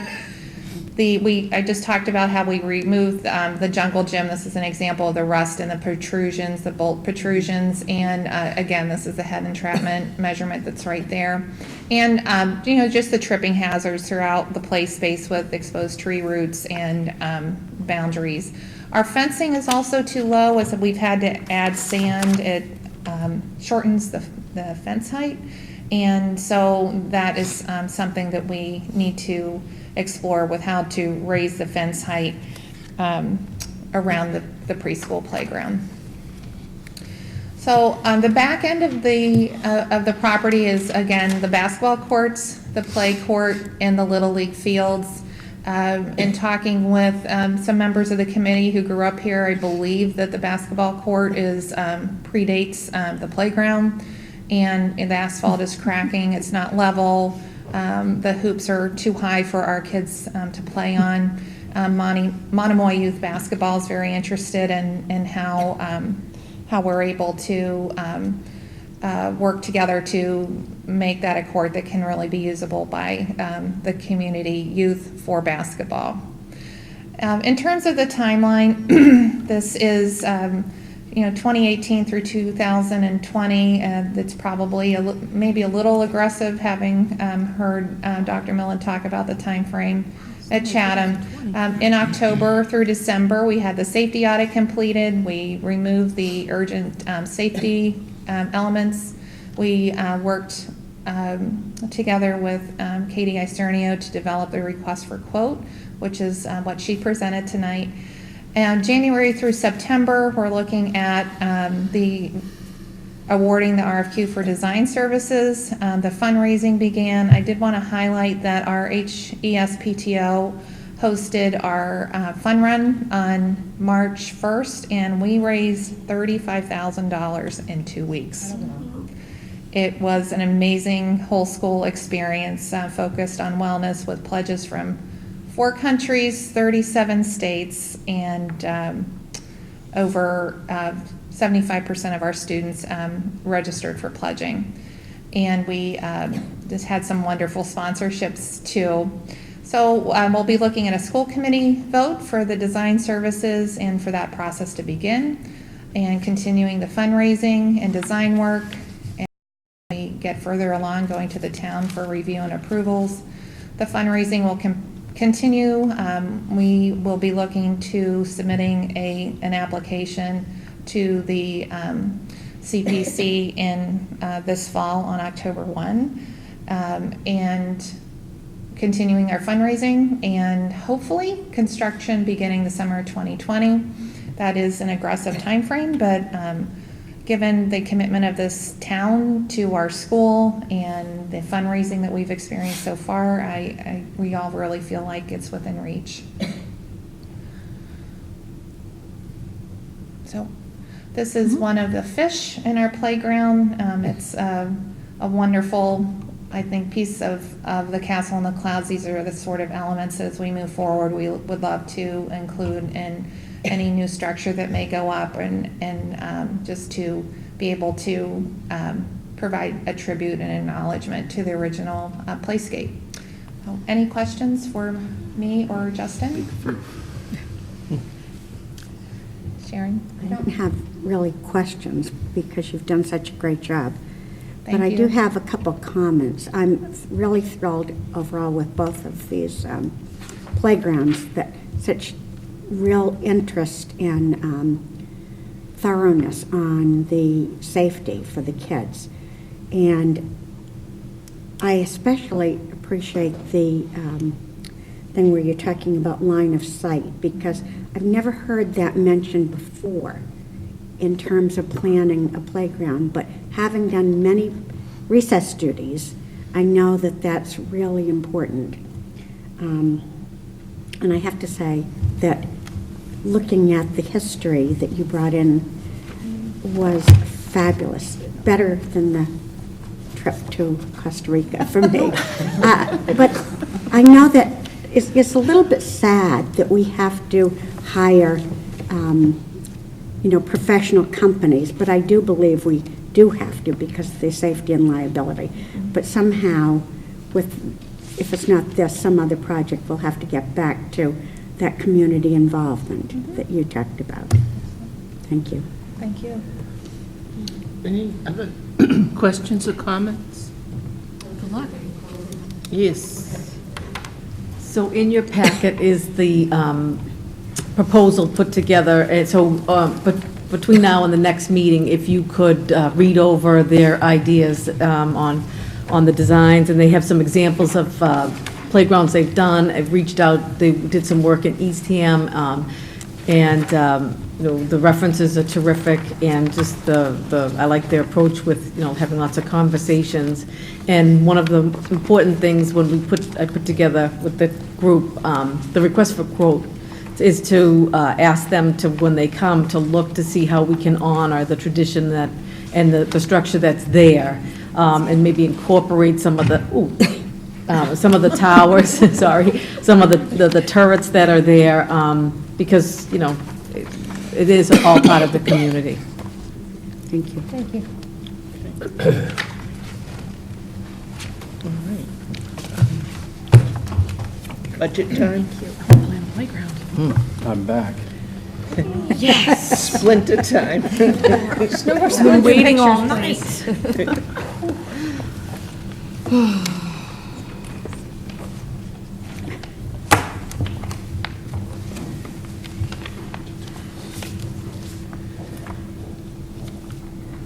I feel like that character actually looked like one of the McDonald's. It looked like Grimace. Yes, Grimace. Yes. My I'm like the first thought, it looks hamburger. like- I No, thought- he was just like a bird. Oh, Grimace. Why is there a picture of Grimace called Big Poof? I'm gonna have to get Mr. Tavano a Grimace shirt. Grimace. Is that a threat? He was a, Right? it was McDonald's. I'm like, Yes, funny. All right, so tonight, I've tried to sort of shrink down the budget presentation. I know that you all have had our budget presentation, I think now twice. So this one has a slight twist to it, and I will. So I'll begin by saying that when I went and I guess heard from the Harwich Selectmen, it was 2 weeks ago, there was a request to see the town manager and the schools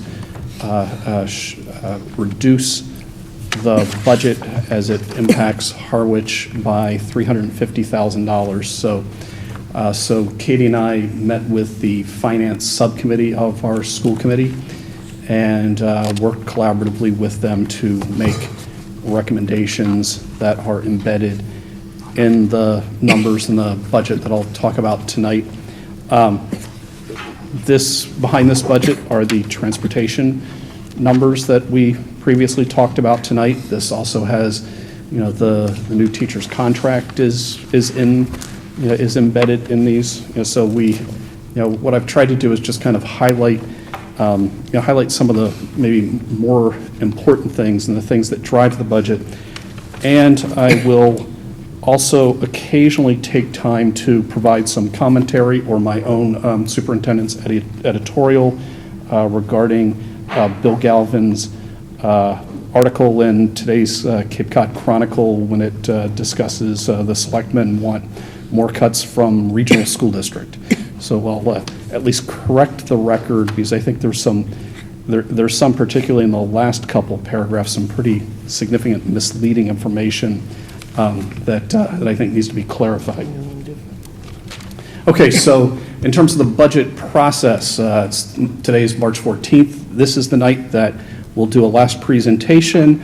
You can discuss whether or not you accept the tweaks that we have made following the consensus, but not a unanimous voice of the budget subcommittee in this. And tomorrow we would send hopefully a voted budget to both towns so that they can start incorporating that more concretely in their town budgets. Just in terms of our budget guidelines and what we looked at to develop this, We're very cognizant of our mission statement and of the strategic plan that, that we worked on at the beginning of the school year. So we throughout the development of this budget want to make sure that we're moving that strategic plan forward. We also want to make sure that we have supportive class sizes in this budget. So, so that's an important piece behind this. And lastly, we also want to make sure that whatever budget we're putting forth to our towns is something that fits within their fiscal circumstances. So, so just to kind of emphasize where we are with regard to that.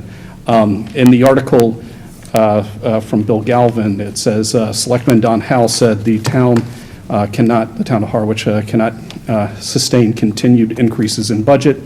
He said that from 2015 to 2020, the town side increased by 37.8%. Over that same period, Monomoy Regional School District went up by 33.3%.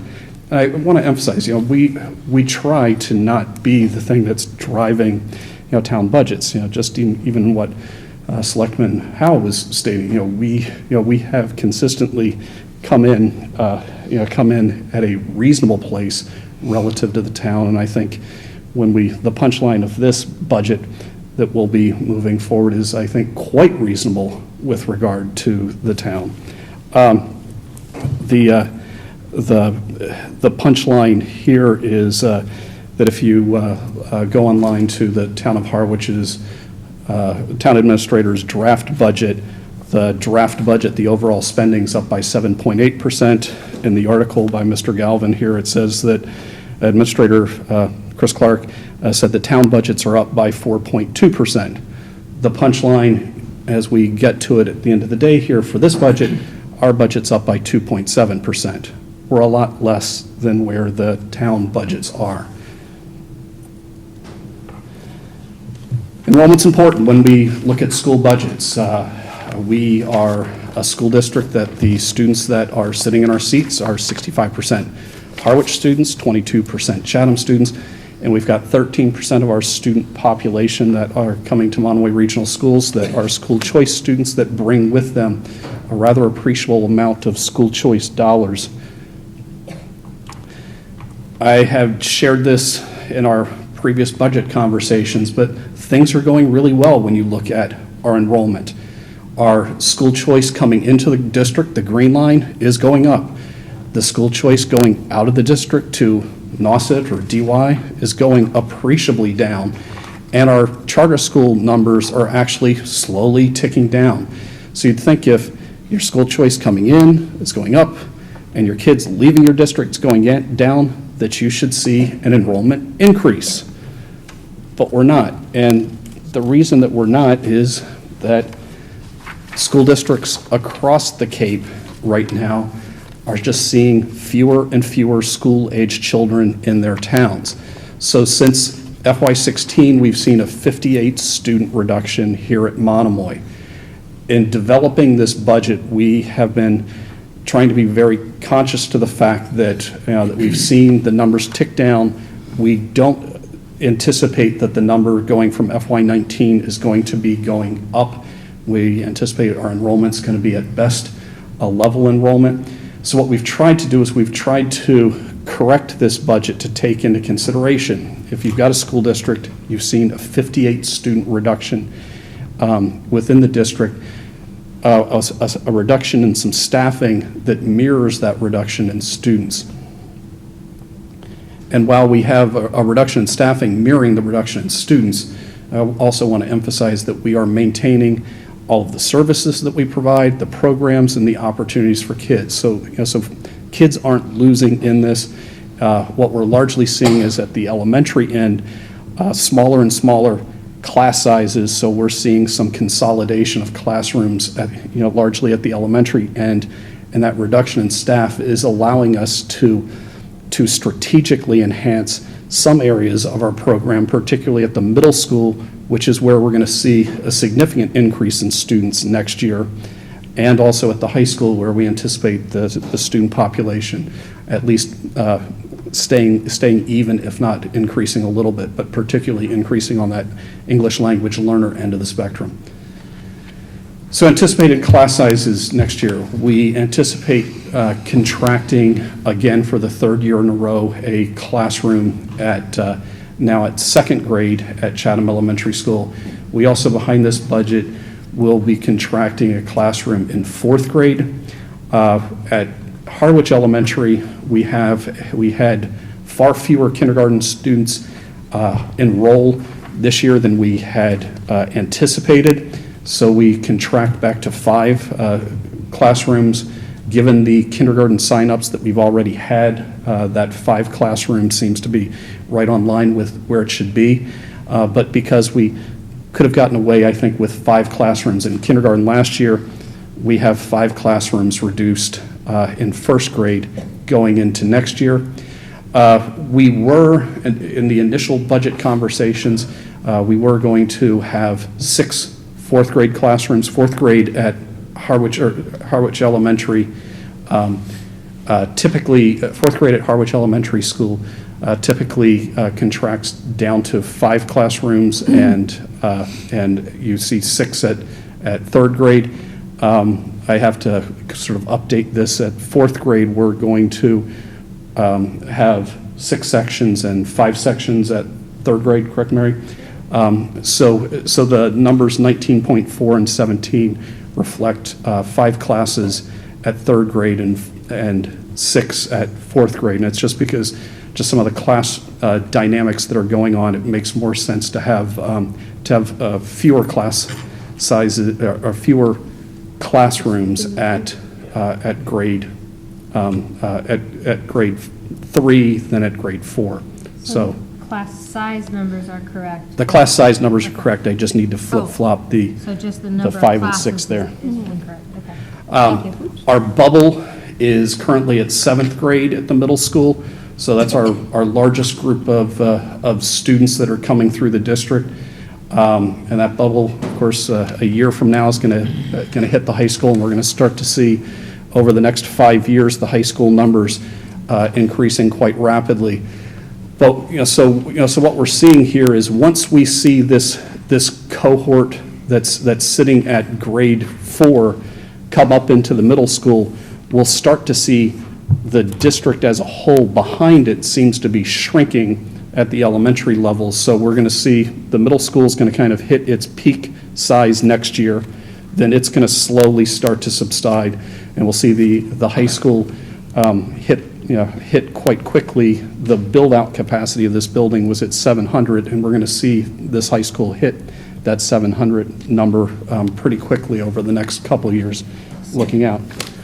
What about the discrepancy between the third grade classes at Chatham versus the third grade classes at Harwich in the numbers 14 to 19? It's just to address when we spoke with the staff and administration at Harwich Elementary, they felt it's pretty important, given some of the dynamics with the current third graders, to have fewer. So it averages out. It averages out over the 2 years, third and fourth. But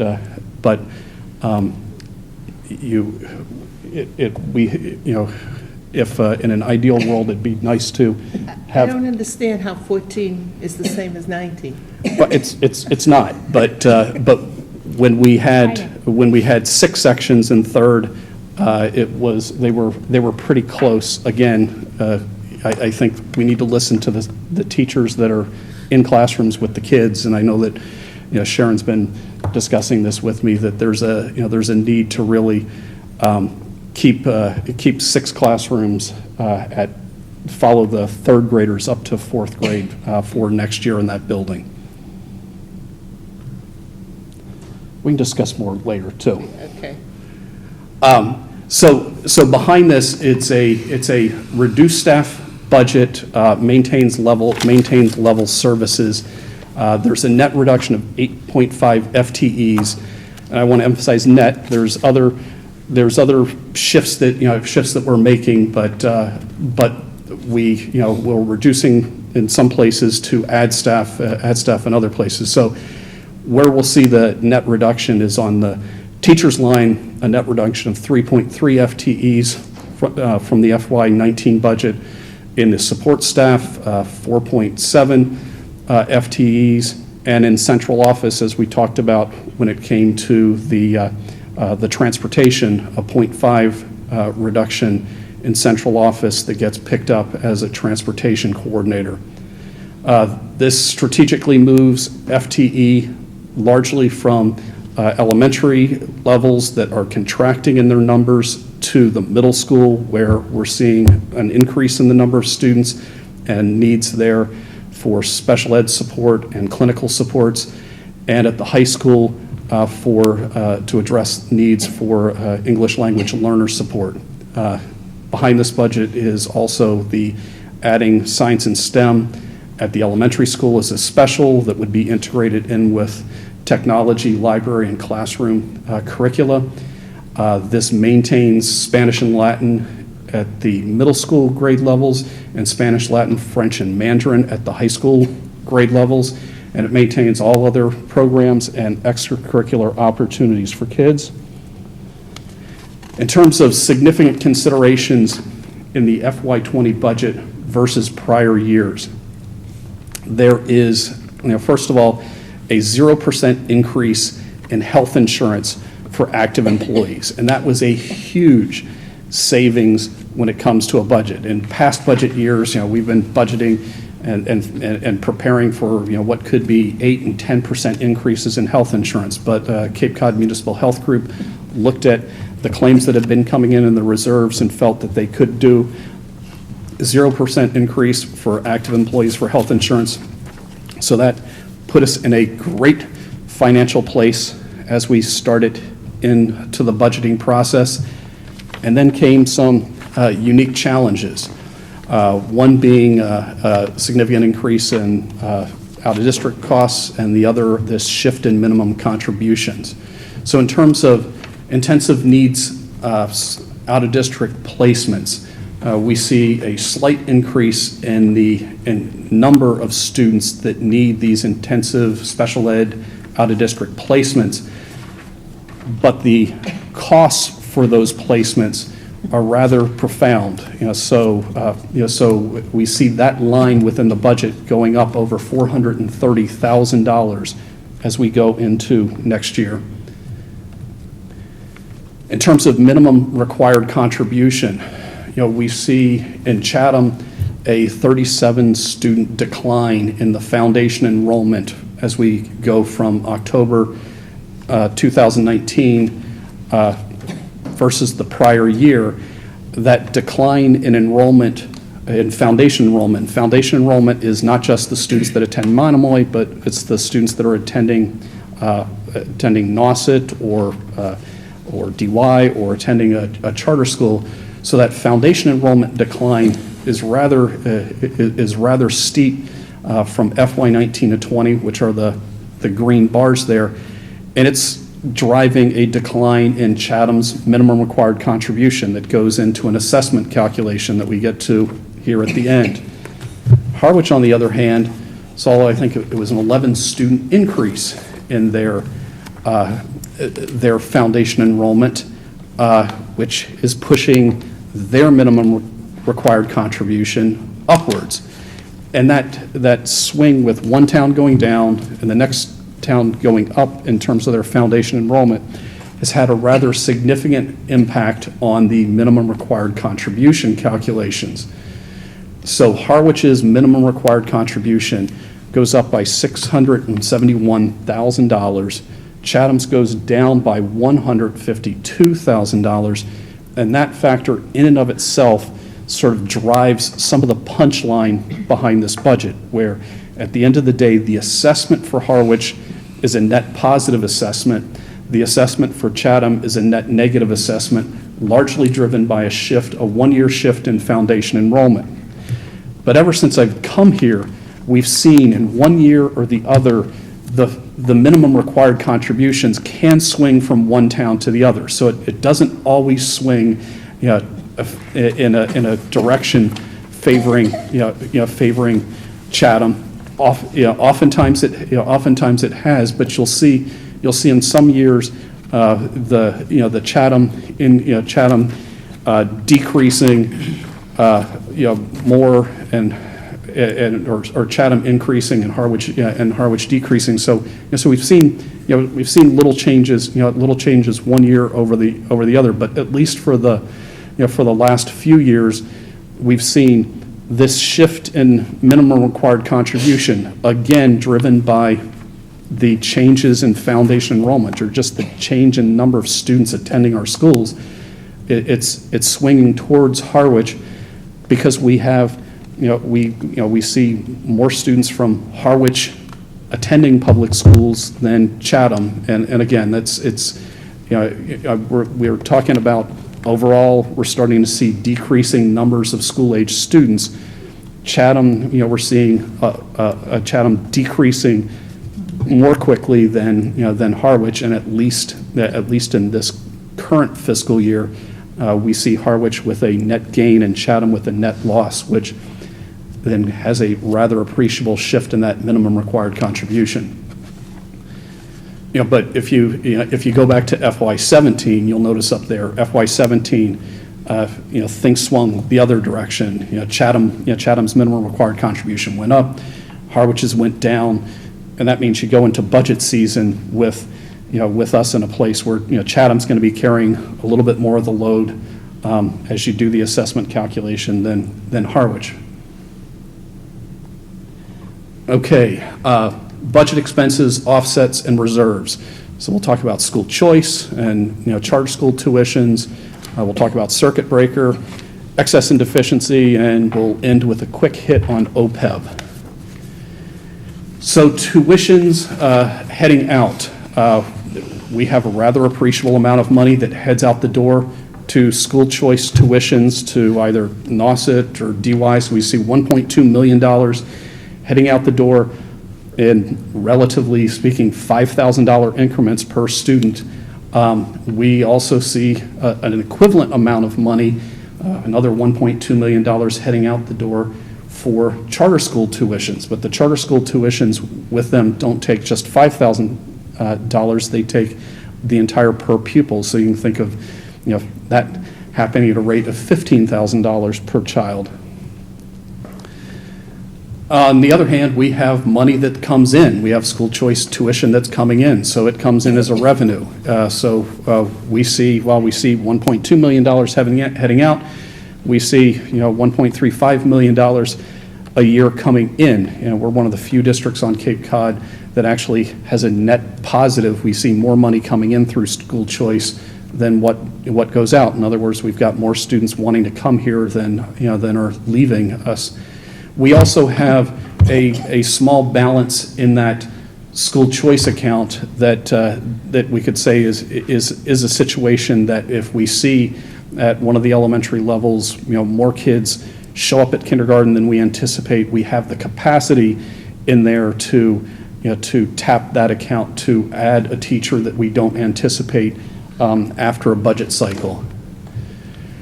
Circuit breaker is funding that we get to offset the costs of expensive, intensive needs, out-of-district special ed costs. The challenge with circuit breaker is that you get your circuit breaker money for children, so we'll get circuit breaker money for children that are with us this year, we see it next year.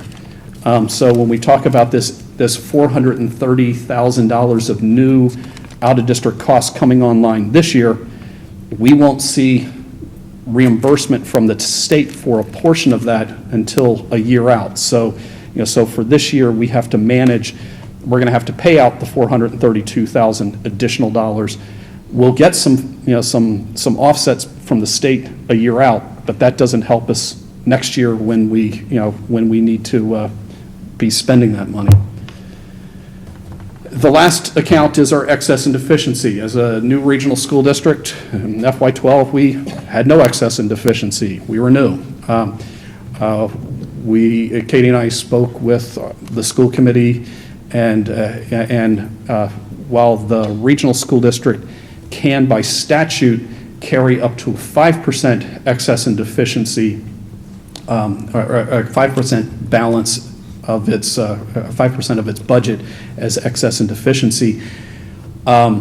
we sort of set our target as a 4%. So 4% of our current budget's roughly $1.6 million.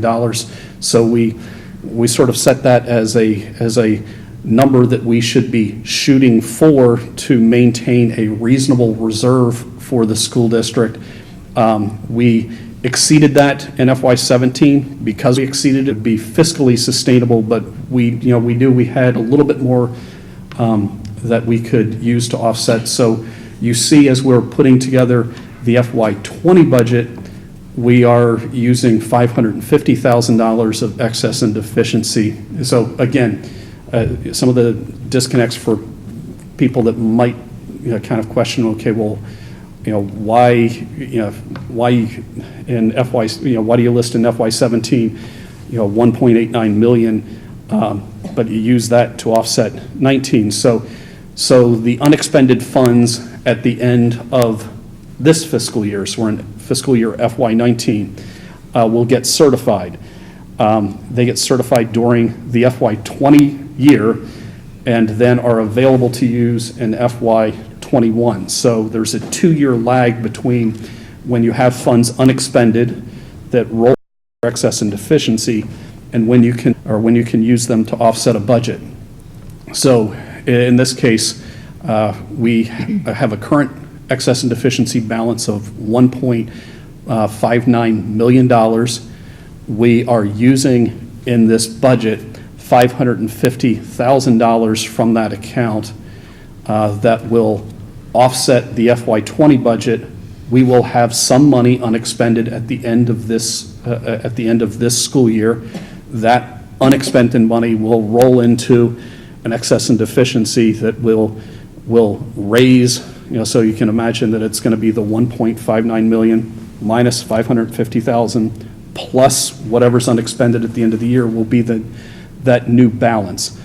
The punchline here is if we continue to spend 550,000, you're going to see excess and deficiency keep ticking down. So right now it's pretty close to the 4%. But if we use 550,000 this year and use it next year and the year after, you're going to see that continue to go down. I think my rule of thumb for a school district about this size, we could anticipate maybe about 300,000 year after year rolling into excess and deficiency. So if we're spending more than 300,000, we're sort of eating into that reserve by the amount above 300,000. So you can imagine that we're spending about $250,000 more from our savings account than we can reasonably anticipate rolling into it. So just to compare what our excess and deficiency looks like relative to the reserves in the 2 towns we serve. So we have excess and deficiency and we have stabilization. And last year we had $50,000 that we put in stabilization for the first time. So our reserves for FY19 or for in FY18 are that excess and deficiency plus $50,000. The town of Chatham has in FY18 they had $3.79 million in their reserves. The town of Harwich had $6.47 million in its reserve. It's combined of free cash and stabilization. So if you kind of think of it, we're 40% of Harwich's budget, roughly. I would look at our 1.59 million in reserves as probably the ratio of our reserves to the town of Harwich is we have far less, comparatively speaking. So in this iteration of the FY20 budget, after the Finance Subcommittee weighed in, we do not fund stabilization in FY20 in this new budget iteration. So there's not an additional $50,000 going into into stabilization. We do have $100,000 going into OPEB, and that is another one of the reserves that a school has, or a municipality has. OPEB stands for Outstanding Post-Employment Benefits, and it's this concept that the employees that you have today, given healthcare these days, are going to retire, live longer, and we're going to have these long costs for benefits that we're paying out for retirees out into their futures. And so the want is to fund, to more aggressively fund for the benefit costs for retirees out into their future. So, so we're putting $100,000 towards OPEB. That's a drop in the bucket. According to Bill Gavin's write-up, the town of Harwich, in reducing their budget for next year, went from putting $500,000 towards OPEB to putting $450,000 towards OPEB.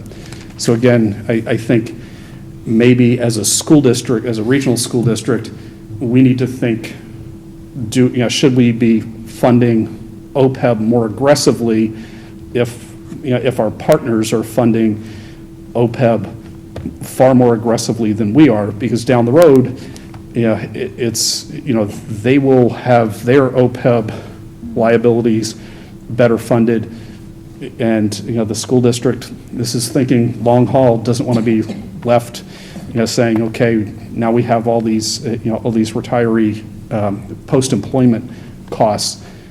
So again, that's one area where we're starting to fall behind the towns when it comes to funding OPEB.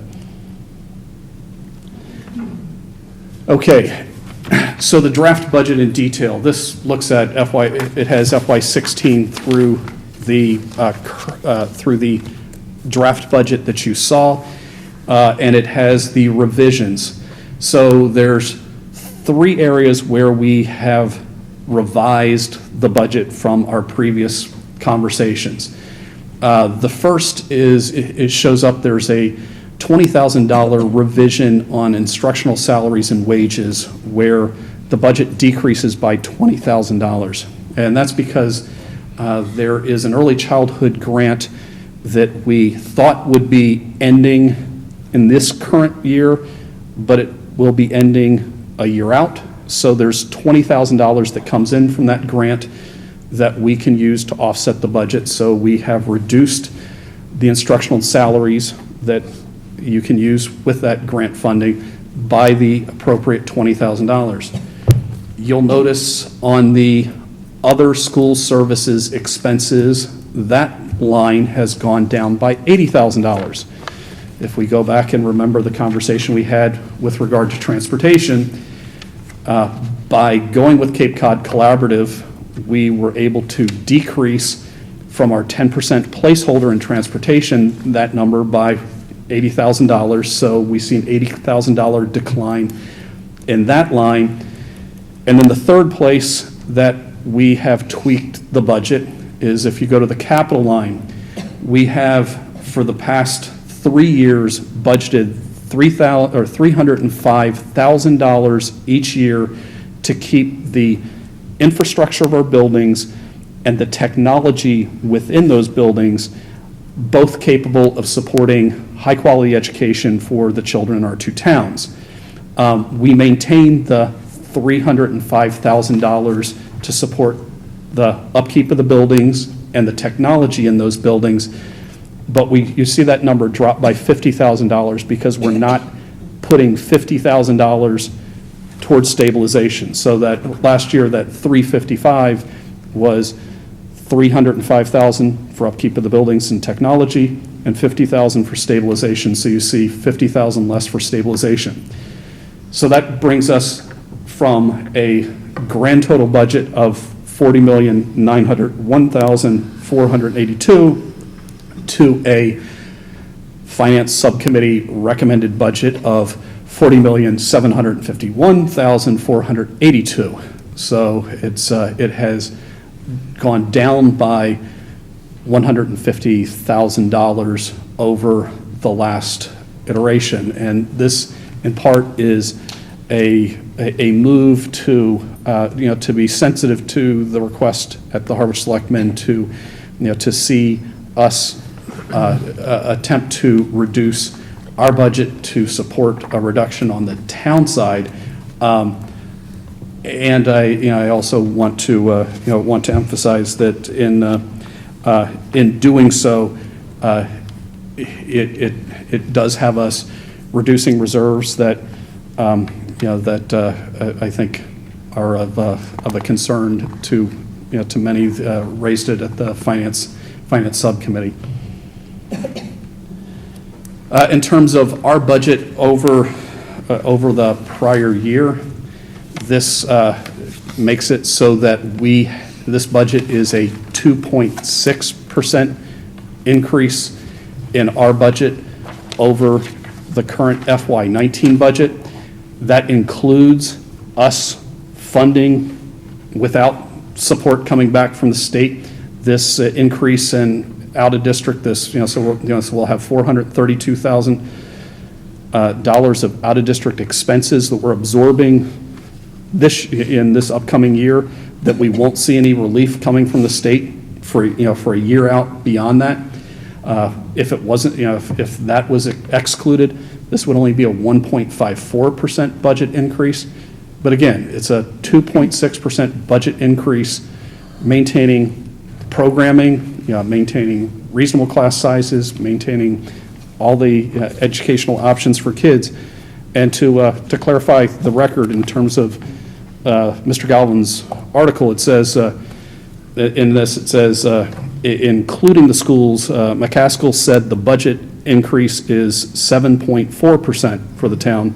That increase is driven in a large way by educational cost increases.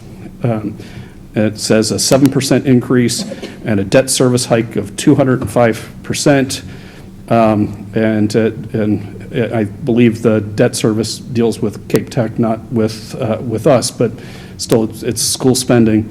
It says Administrator Clark made it clear he has no control over debt exclusions approved by the voters, which have to be covered by the budget. McCaskill said it's those tax impacts that will be driving people from the town, not the quality of the education. The selectmen agreed they need to sit down with the school committee over budget issues.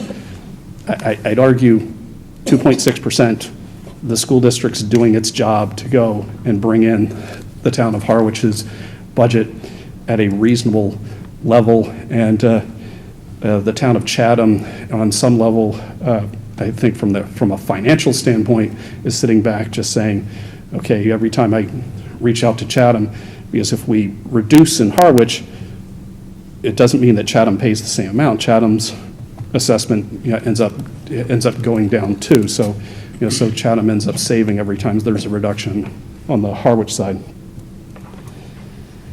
So the next two slides, I won't go over them. These were the assessments where they were. So we had a public hearing on February 28th.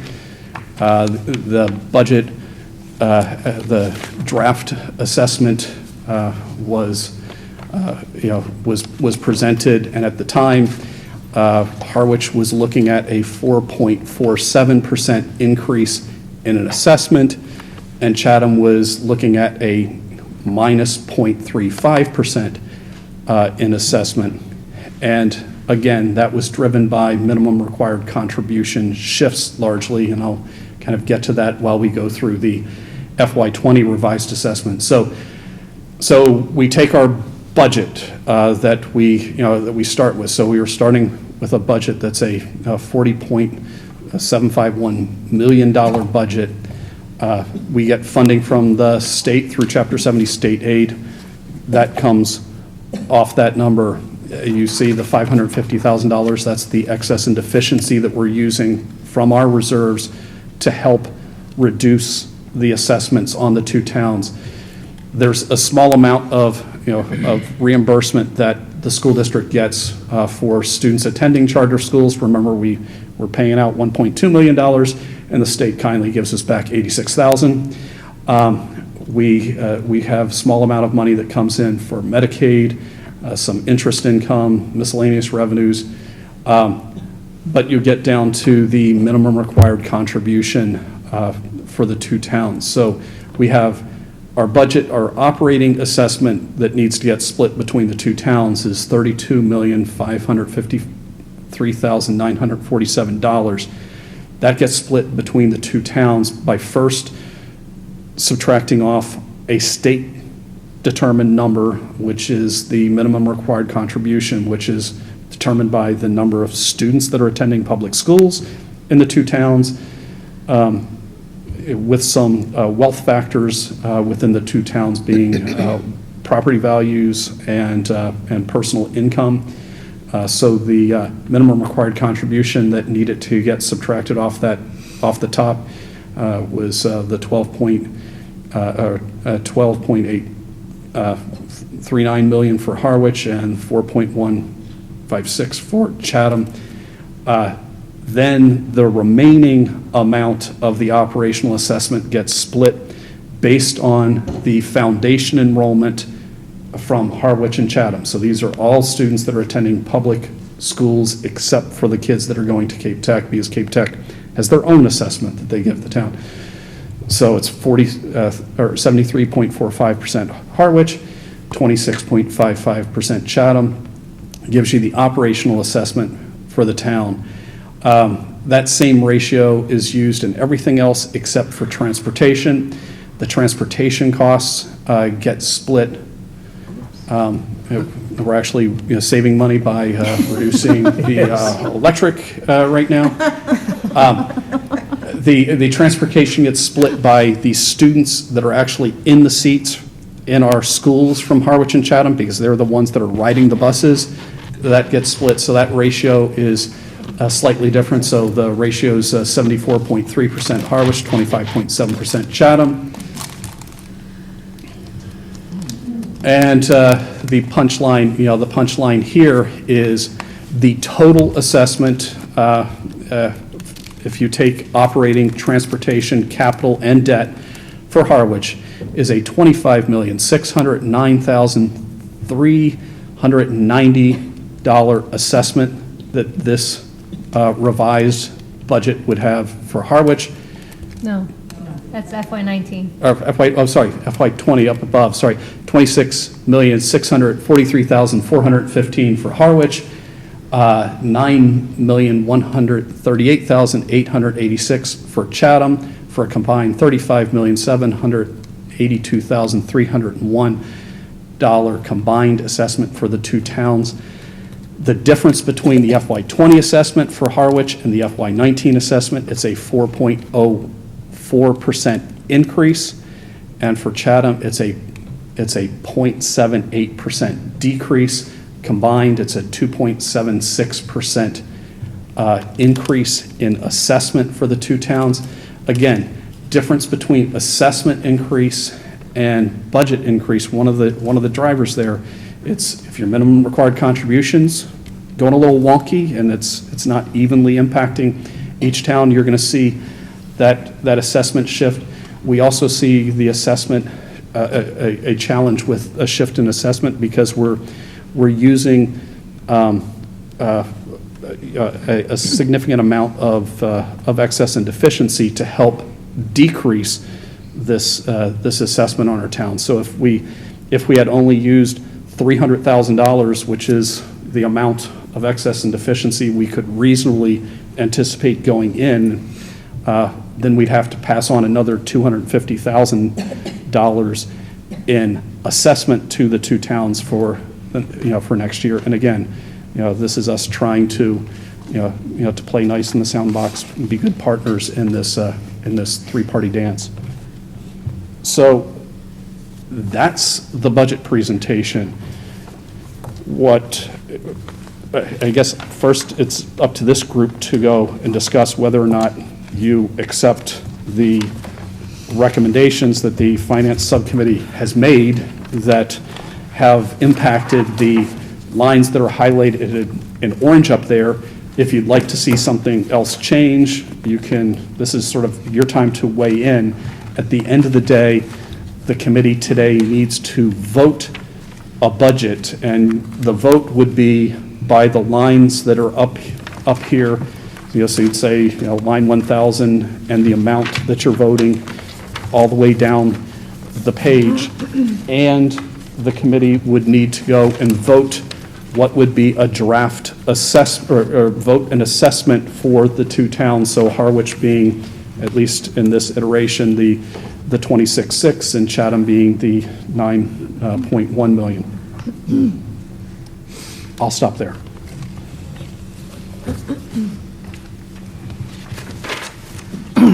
Questions, comments? Could I just add one comment? I know that looking at this is all, very confusing, but on our website, just to help understand a little bit about the minimum contribution and the foundation budgets, with the help of Joy, we've posted some videos that the Mass Association of Regional School Districts have put out. So there are 3 of them posted there now. One of them has to do with the minimum contribution and your foundation budget. The other is how revenues that regional school gets, and then how typically monies are spent. So I think that the more people understand, and those are, they're short, a couple minutes long. So I welcome or encourage people to take a look at that. Thank you. Any other comments, questions? Yes, Nancy. So, as part of the finance subcommittee, I have to say that I was one that was not the unanimous, to make this unanimous, to go with the recommendations from the superintendent and the business manager. I think that our budget, given the situation, was very strong when it came into it, and given the unknowns, and then given the positive that the bus contract came significantly less than what we were even kind of keeping our fingers crossed, hoping, especially after all of the questions that were asked of us regarding the bus contracts. And then also that what came in light tonight was the extra $20,000 grant that we did not know was going to be able to be used. So that was kind of a bonus. The problem that I had with the recommendation was taking the $50,000 out of funding the stabilization account. We made a specific choice last year to create a stabilization account and to fund it in our budget last year. And one of the concerns that I expressed at the subcommittee meeting was that if we funded it last year, so it currently has a $50,000 balance in that stabilization account. And the intention was to continue to fund it $50,000 every year until it was needed, and then we would take from it as necessary. And one of the concerns that I have is that if we don't fund it this year, then it's going to be an increase next year. And then it's going to be looked at, well, why are you increasing your contribution to stabilization? And then we'd have to go through and explain and remember that this is the situation we were in. And I feel like this is just a constant in our story, in that we have a budget, we put forth what we feel is a very strong budget with not a lot of buffer, not a lot of cush. There's no, scrambling at the last minute saying, oh yeah, you know what, we can find a little bit more here and we can find a little bit more there. We've never done that. And I've always been very proud of that, because that's always been something that has always bothered me in the past. So I don't want to see that happen, and I'm glad we don't do that. And I don't feel that a $50,000 reduction in our stabilization is going to be most effective use of that money. I think it'd be better off to keep that line item in there. Another conversation that was had was, why don't we put in more excess and deficiency? And I think Dr. Carpenter did a great job explaining that we have our excess and deficiency account, and we don't want it to be high. It can't be high. It cannot be higher than 5%. It's not allowed to be higher than 5%. Our goal is to keep it around 4%. So what we try to do, already using more excess and deficiency than we really want to continue to use on a regular basis. Last year was an outlier. We all know that. And our goal is to kind of to use around $300,000 to $350,000 to $400,000 of excess and deficiency to offset the ultimate budget balance. So we're already using more of that this year. So you can't really say, well, why don't you just kick in more from that? Well, we already have kicked in more from that. So I'm uncomfortable with taking away our reserves, especially seeing the reserves that our 2 member towns have. And the encouragement for us to take away our reserves so that they can keep their reserves really high is a little concerning to me.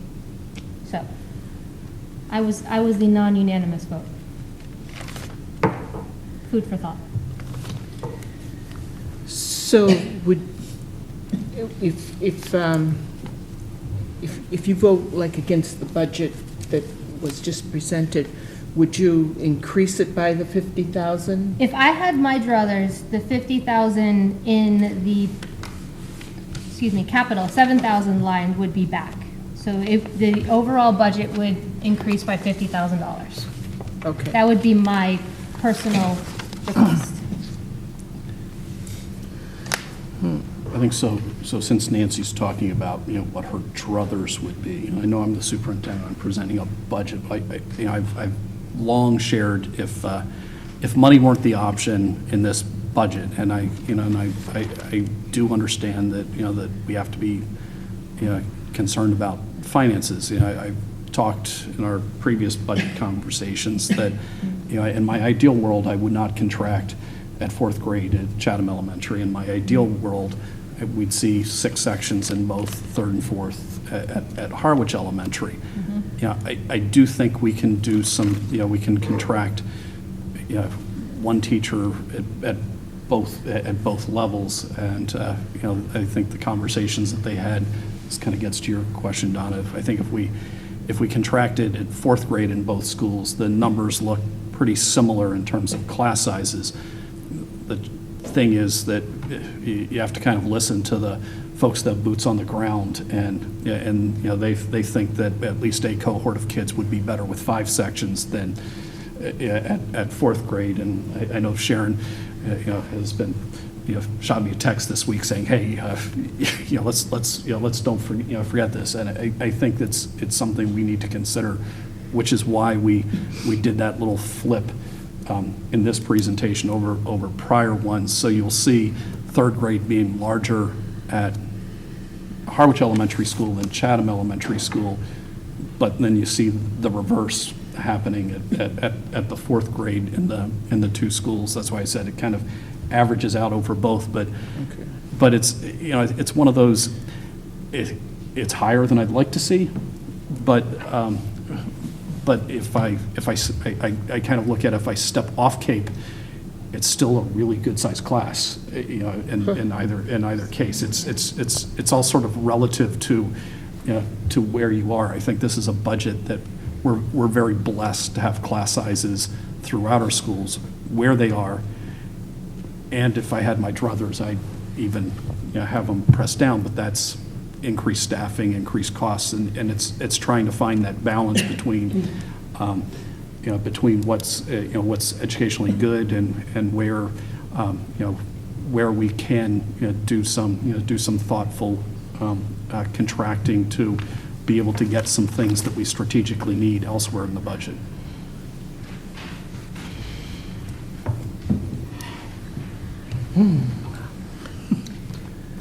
Just if I could add my thoughts to this, and it seems many of us have been here for several years, and the budget season just lengthens and lengthens. It used to be a window of 3 or 3.5 months, and now initially at the end of September, we begin to discuss it.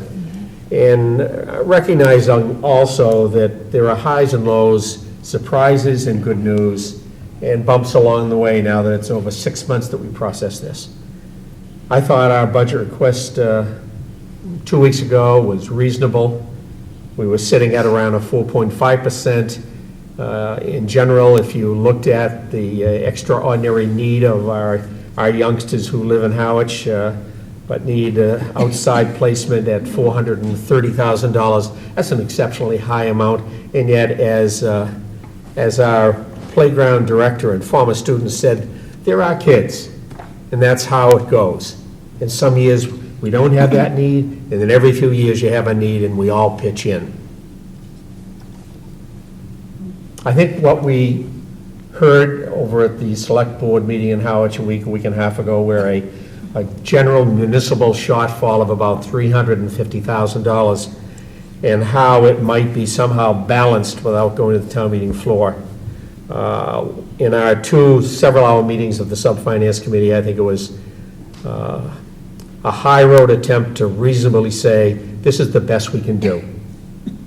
And I know year after year, we're right back at the same position, but I think, as Scott just said, we're still sitting on a very high-quality classroom size.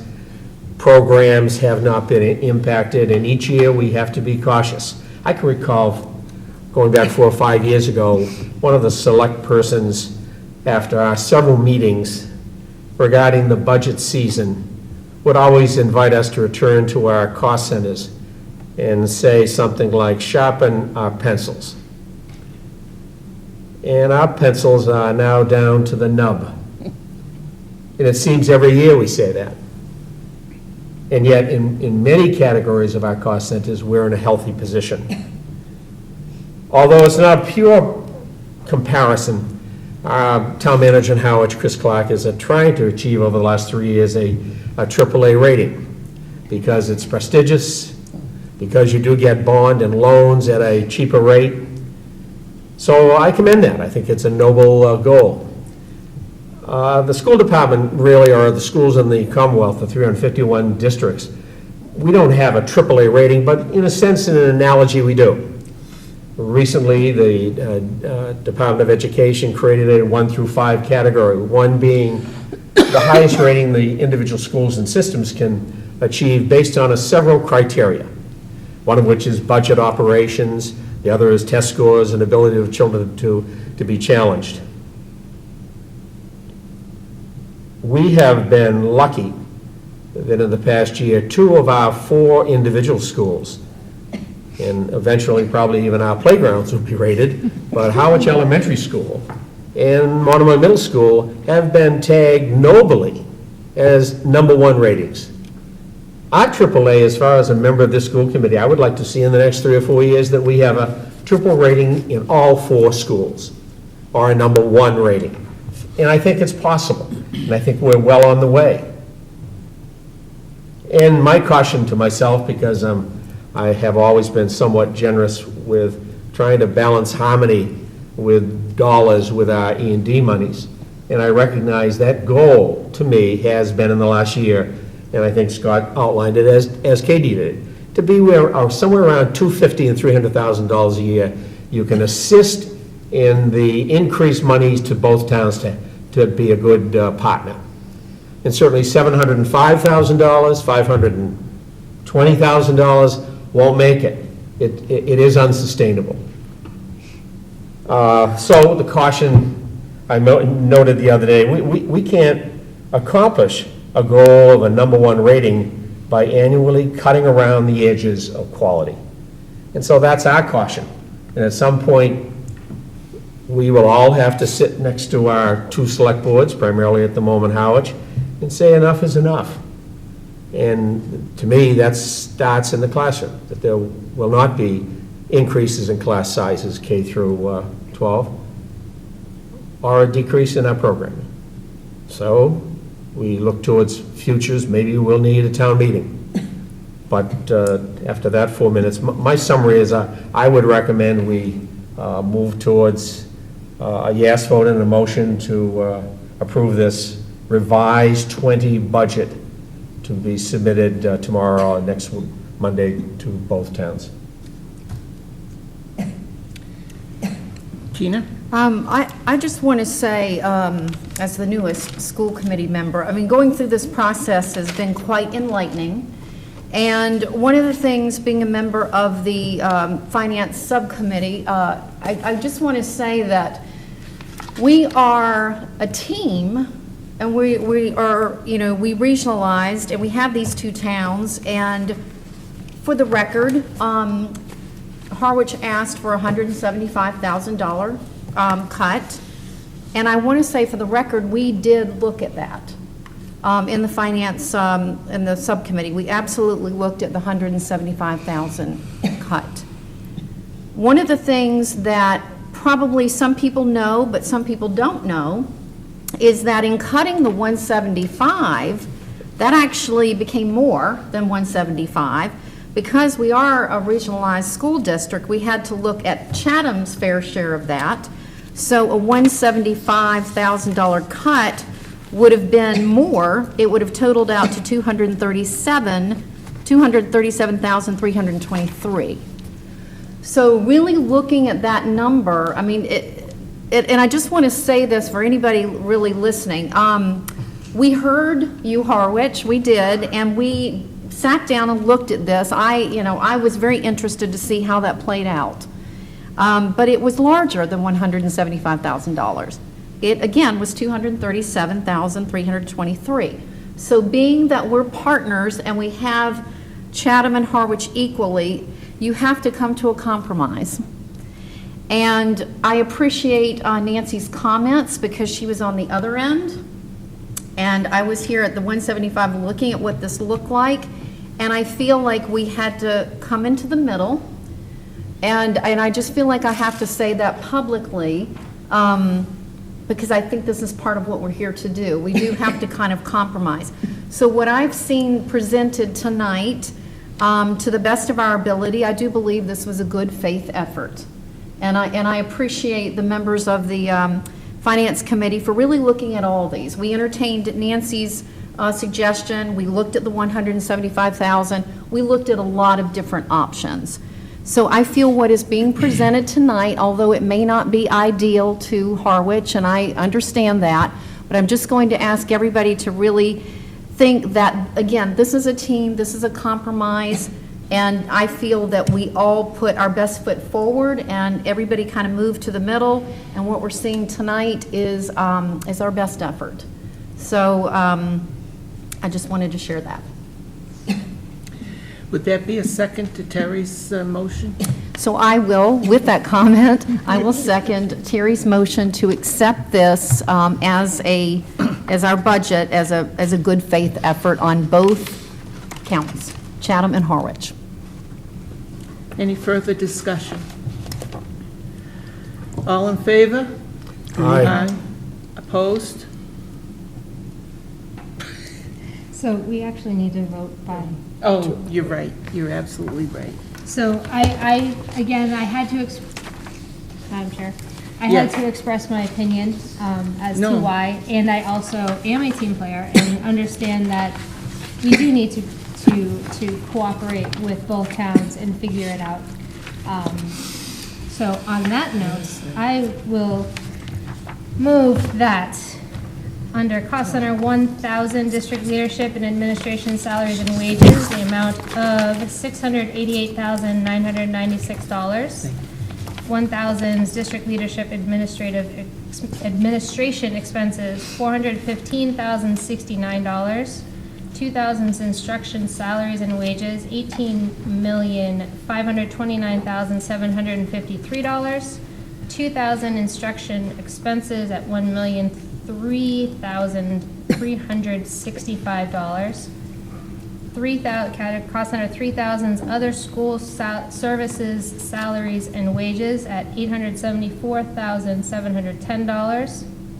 3,000 other school services and expenses at $1,908,970. 4,000 operations and maintenance salaries and wages. If I stop, I get stuck. At $1,417,113. 4,000 operations and maintenance expenses at $1,880,765. 5,000 fixed charges at $7,770,608. 7,000 capital and stabilization at $305,000. 8,000 debt retirement and service at $2,257,343. And 9,000 programs with other school districts at $3,699,799. Let's try that again. $3,699,790 for a general fund budget for F20 at $40,482. What's just a quick thing. Down from there, Yeah, put up. The grand total is the same. I don't know what happened here. So everything else points to this number here, but I want to add these numbers up. So maybe you could do the assessment, and I'll come back. We'll just hold up for a second. Okay, so we're gonna hold my motion for a moment for clarification on the 1,000 district leadership and it.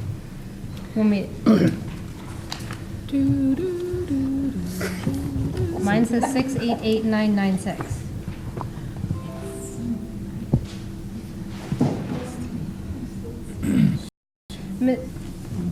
Terry's motion was generic as presented. We have to do, so what the motion we did earlier, it was approved. So he supported the budget, but then we have to vote by this. Individually?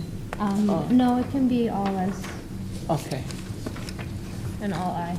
And then we also have to vote this assessment amounts. Where's that? I can't find that. And then we have to do this one, right? Oh, yeah. Just have the camera focus on Katie adding. Boop, bitty, boop, boop, boop, boop, boom, boom. And then what was the other section? Oh, yeah.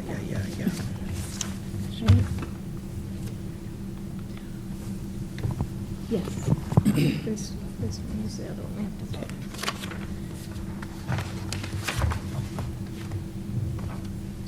She's checking twice and cutting once.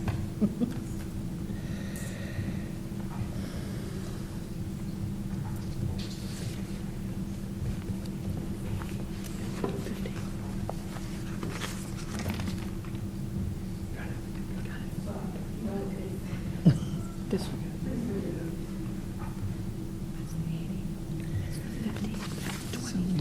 What you just did. And then somebody has to make. I'll do that one first. You let Jim.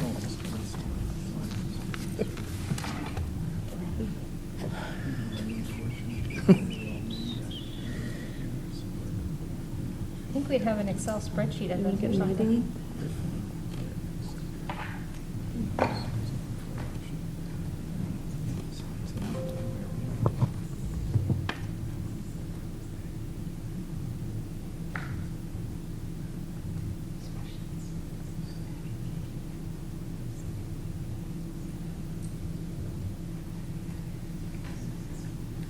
That's what they say in German schools, never have dead air.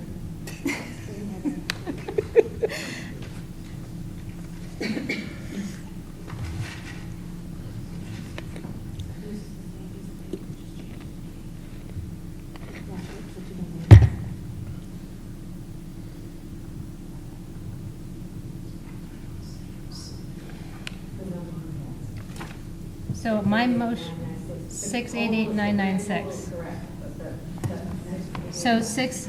What I made the motion was correct. So the 1,000s was 688,996. Grand total again being general fund budget of 40,751,482. And that was my motion. Okay. Microphones. Second. All in favor? Aye. Opposed? Okay, and then we need a motion for the fiscal 20 assessment. Madam Chair, I would like to please move that the FY20 assessment for the town of Harwich is $26,643,415. The assessment, FY20 assessment for the town of Chatham is $9,138,886 for a grand total FY20 assessment of $35,782,301. Okay, I would second that. thank you. All in favor? Aye. Opposed? Motion carries. The dyslexics tonight. Great.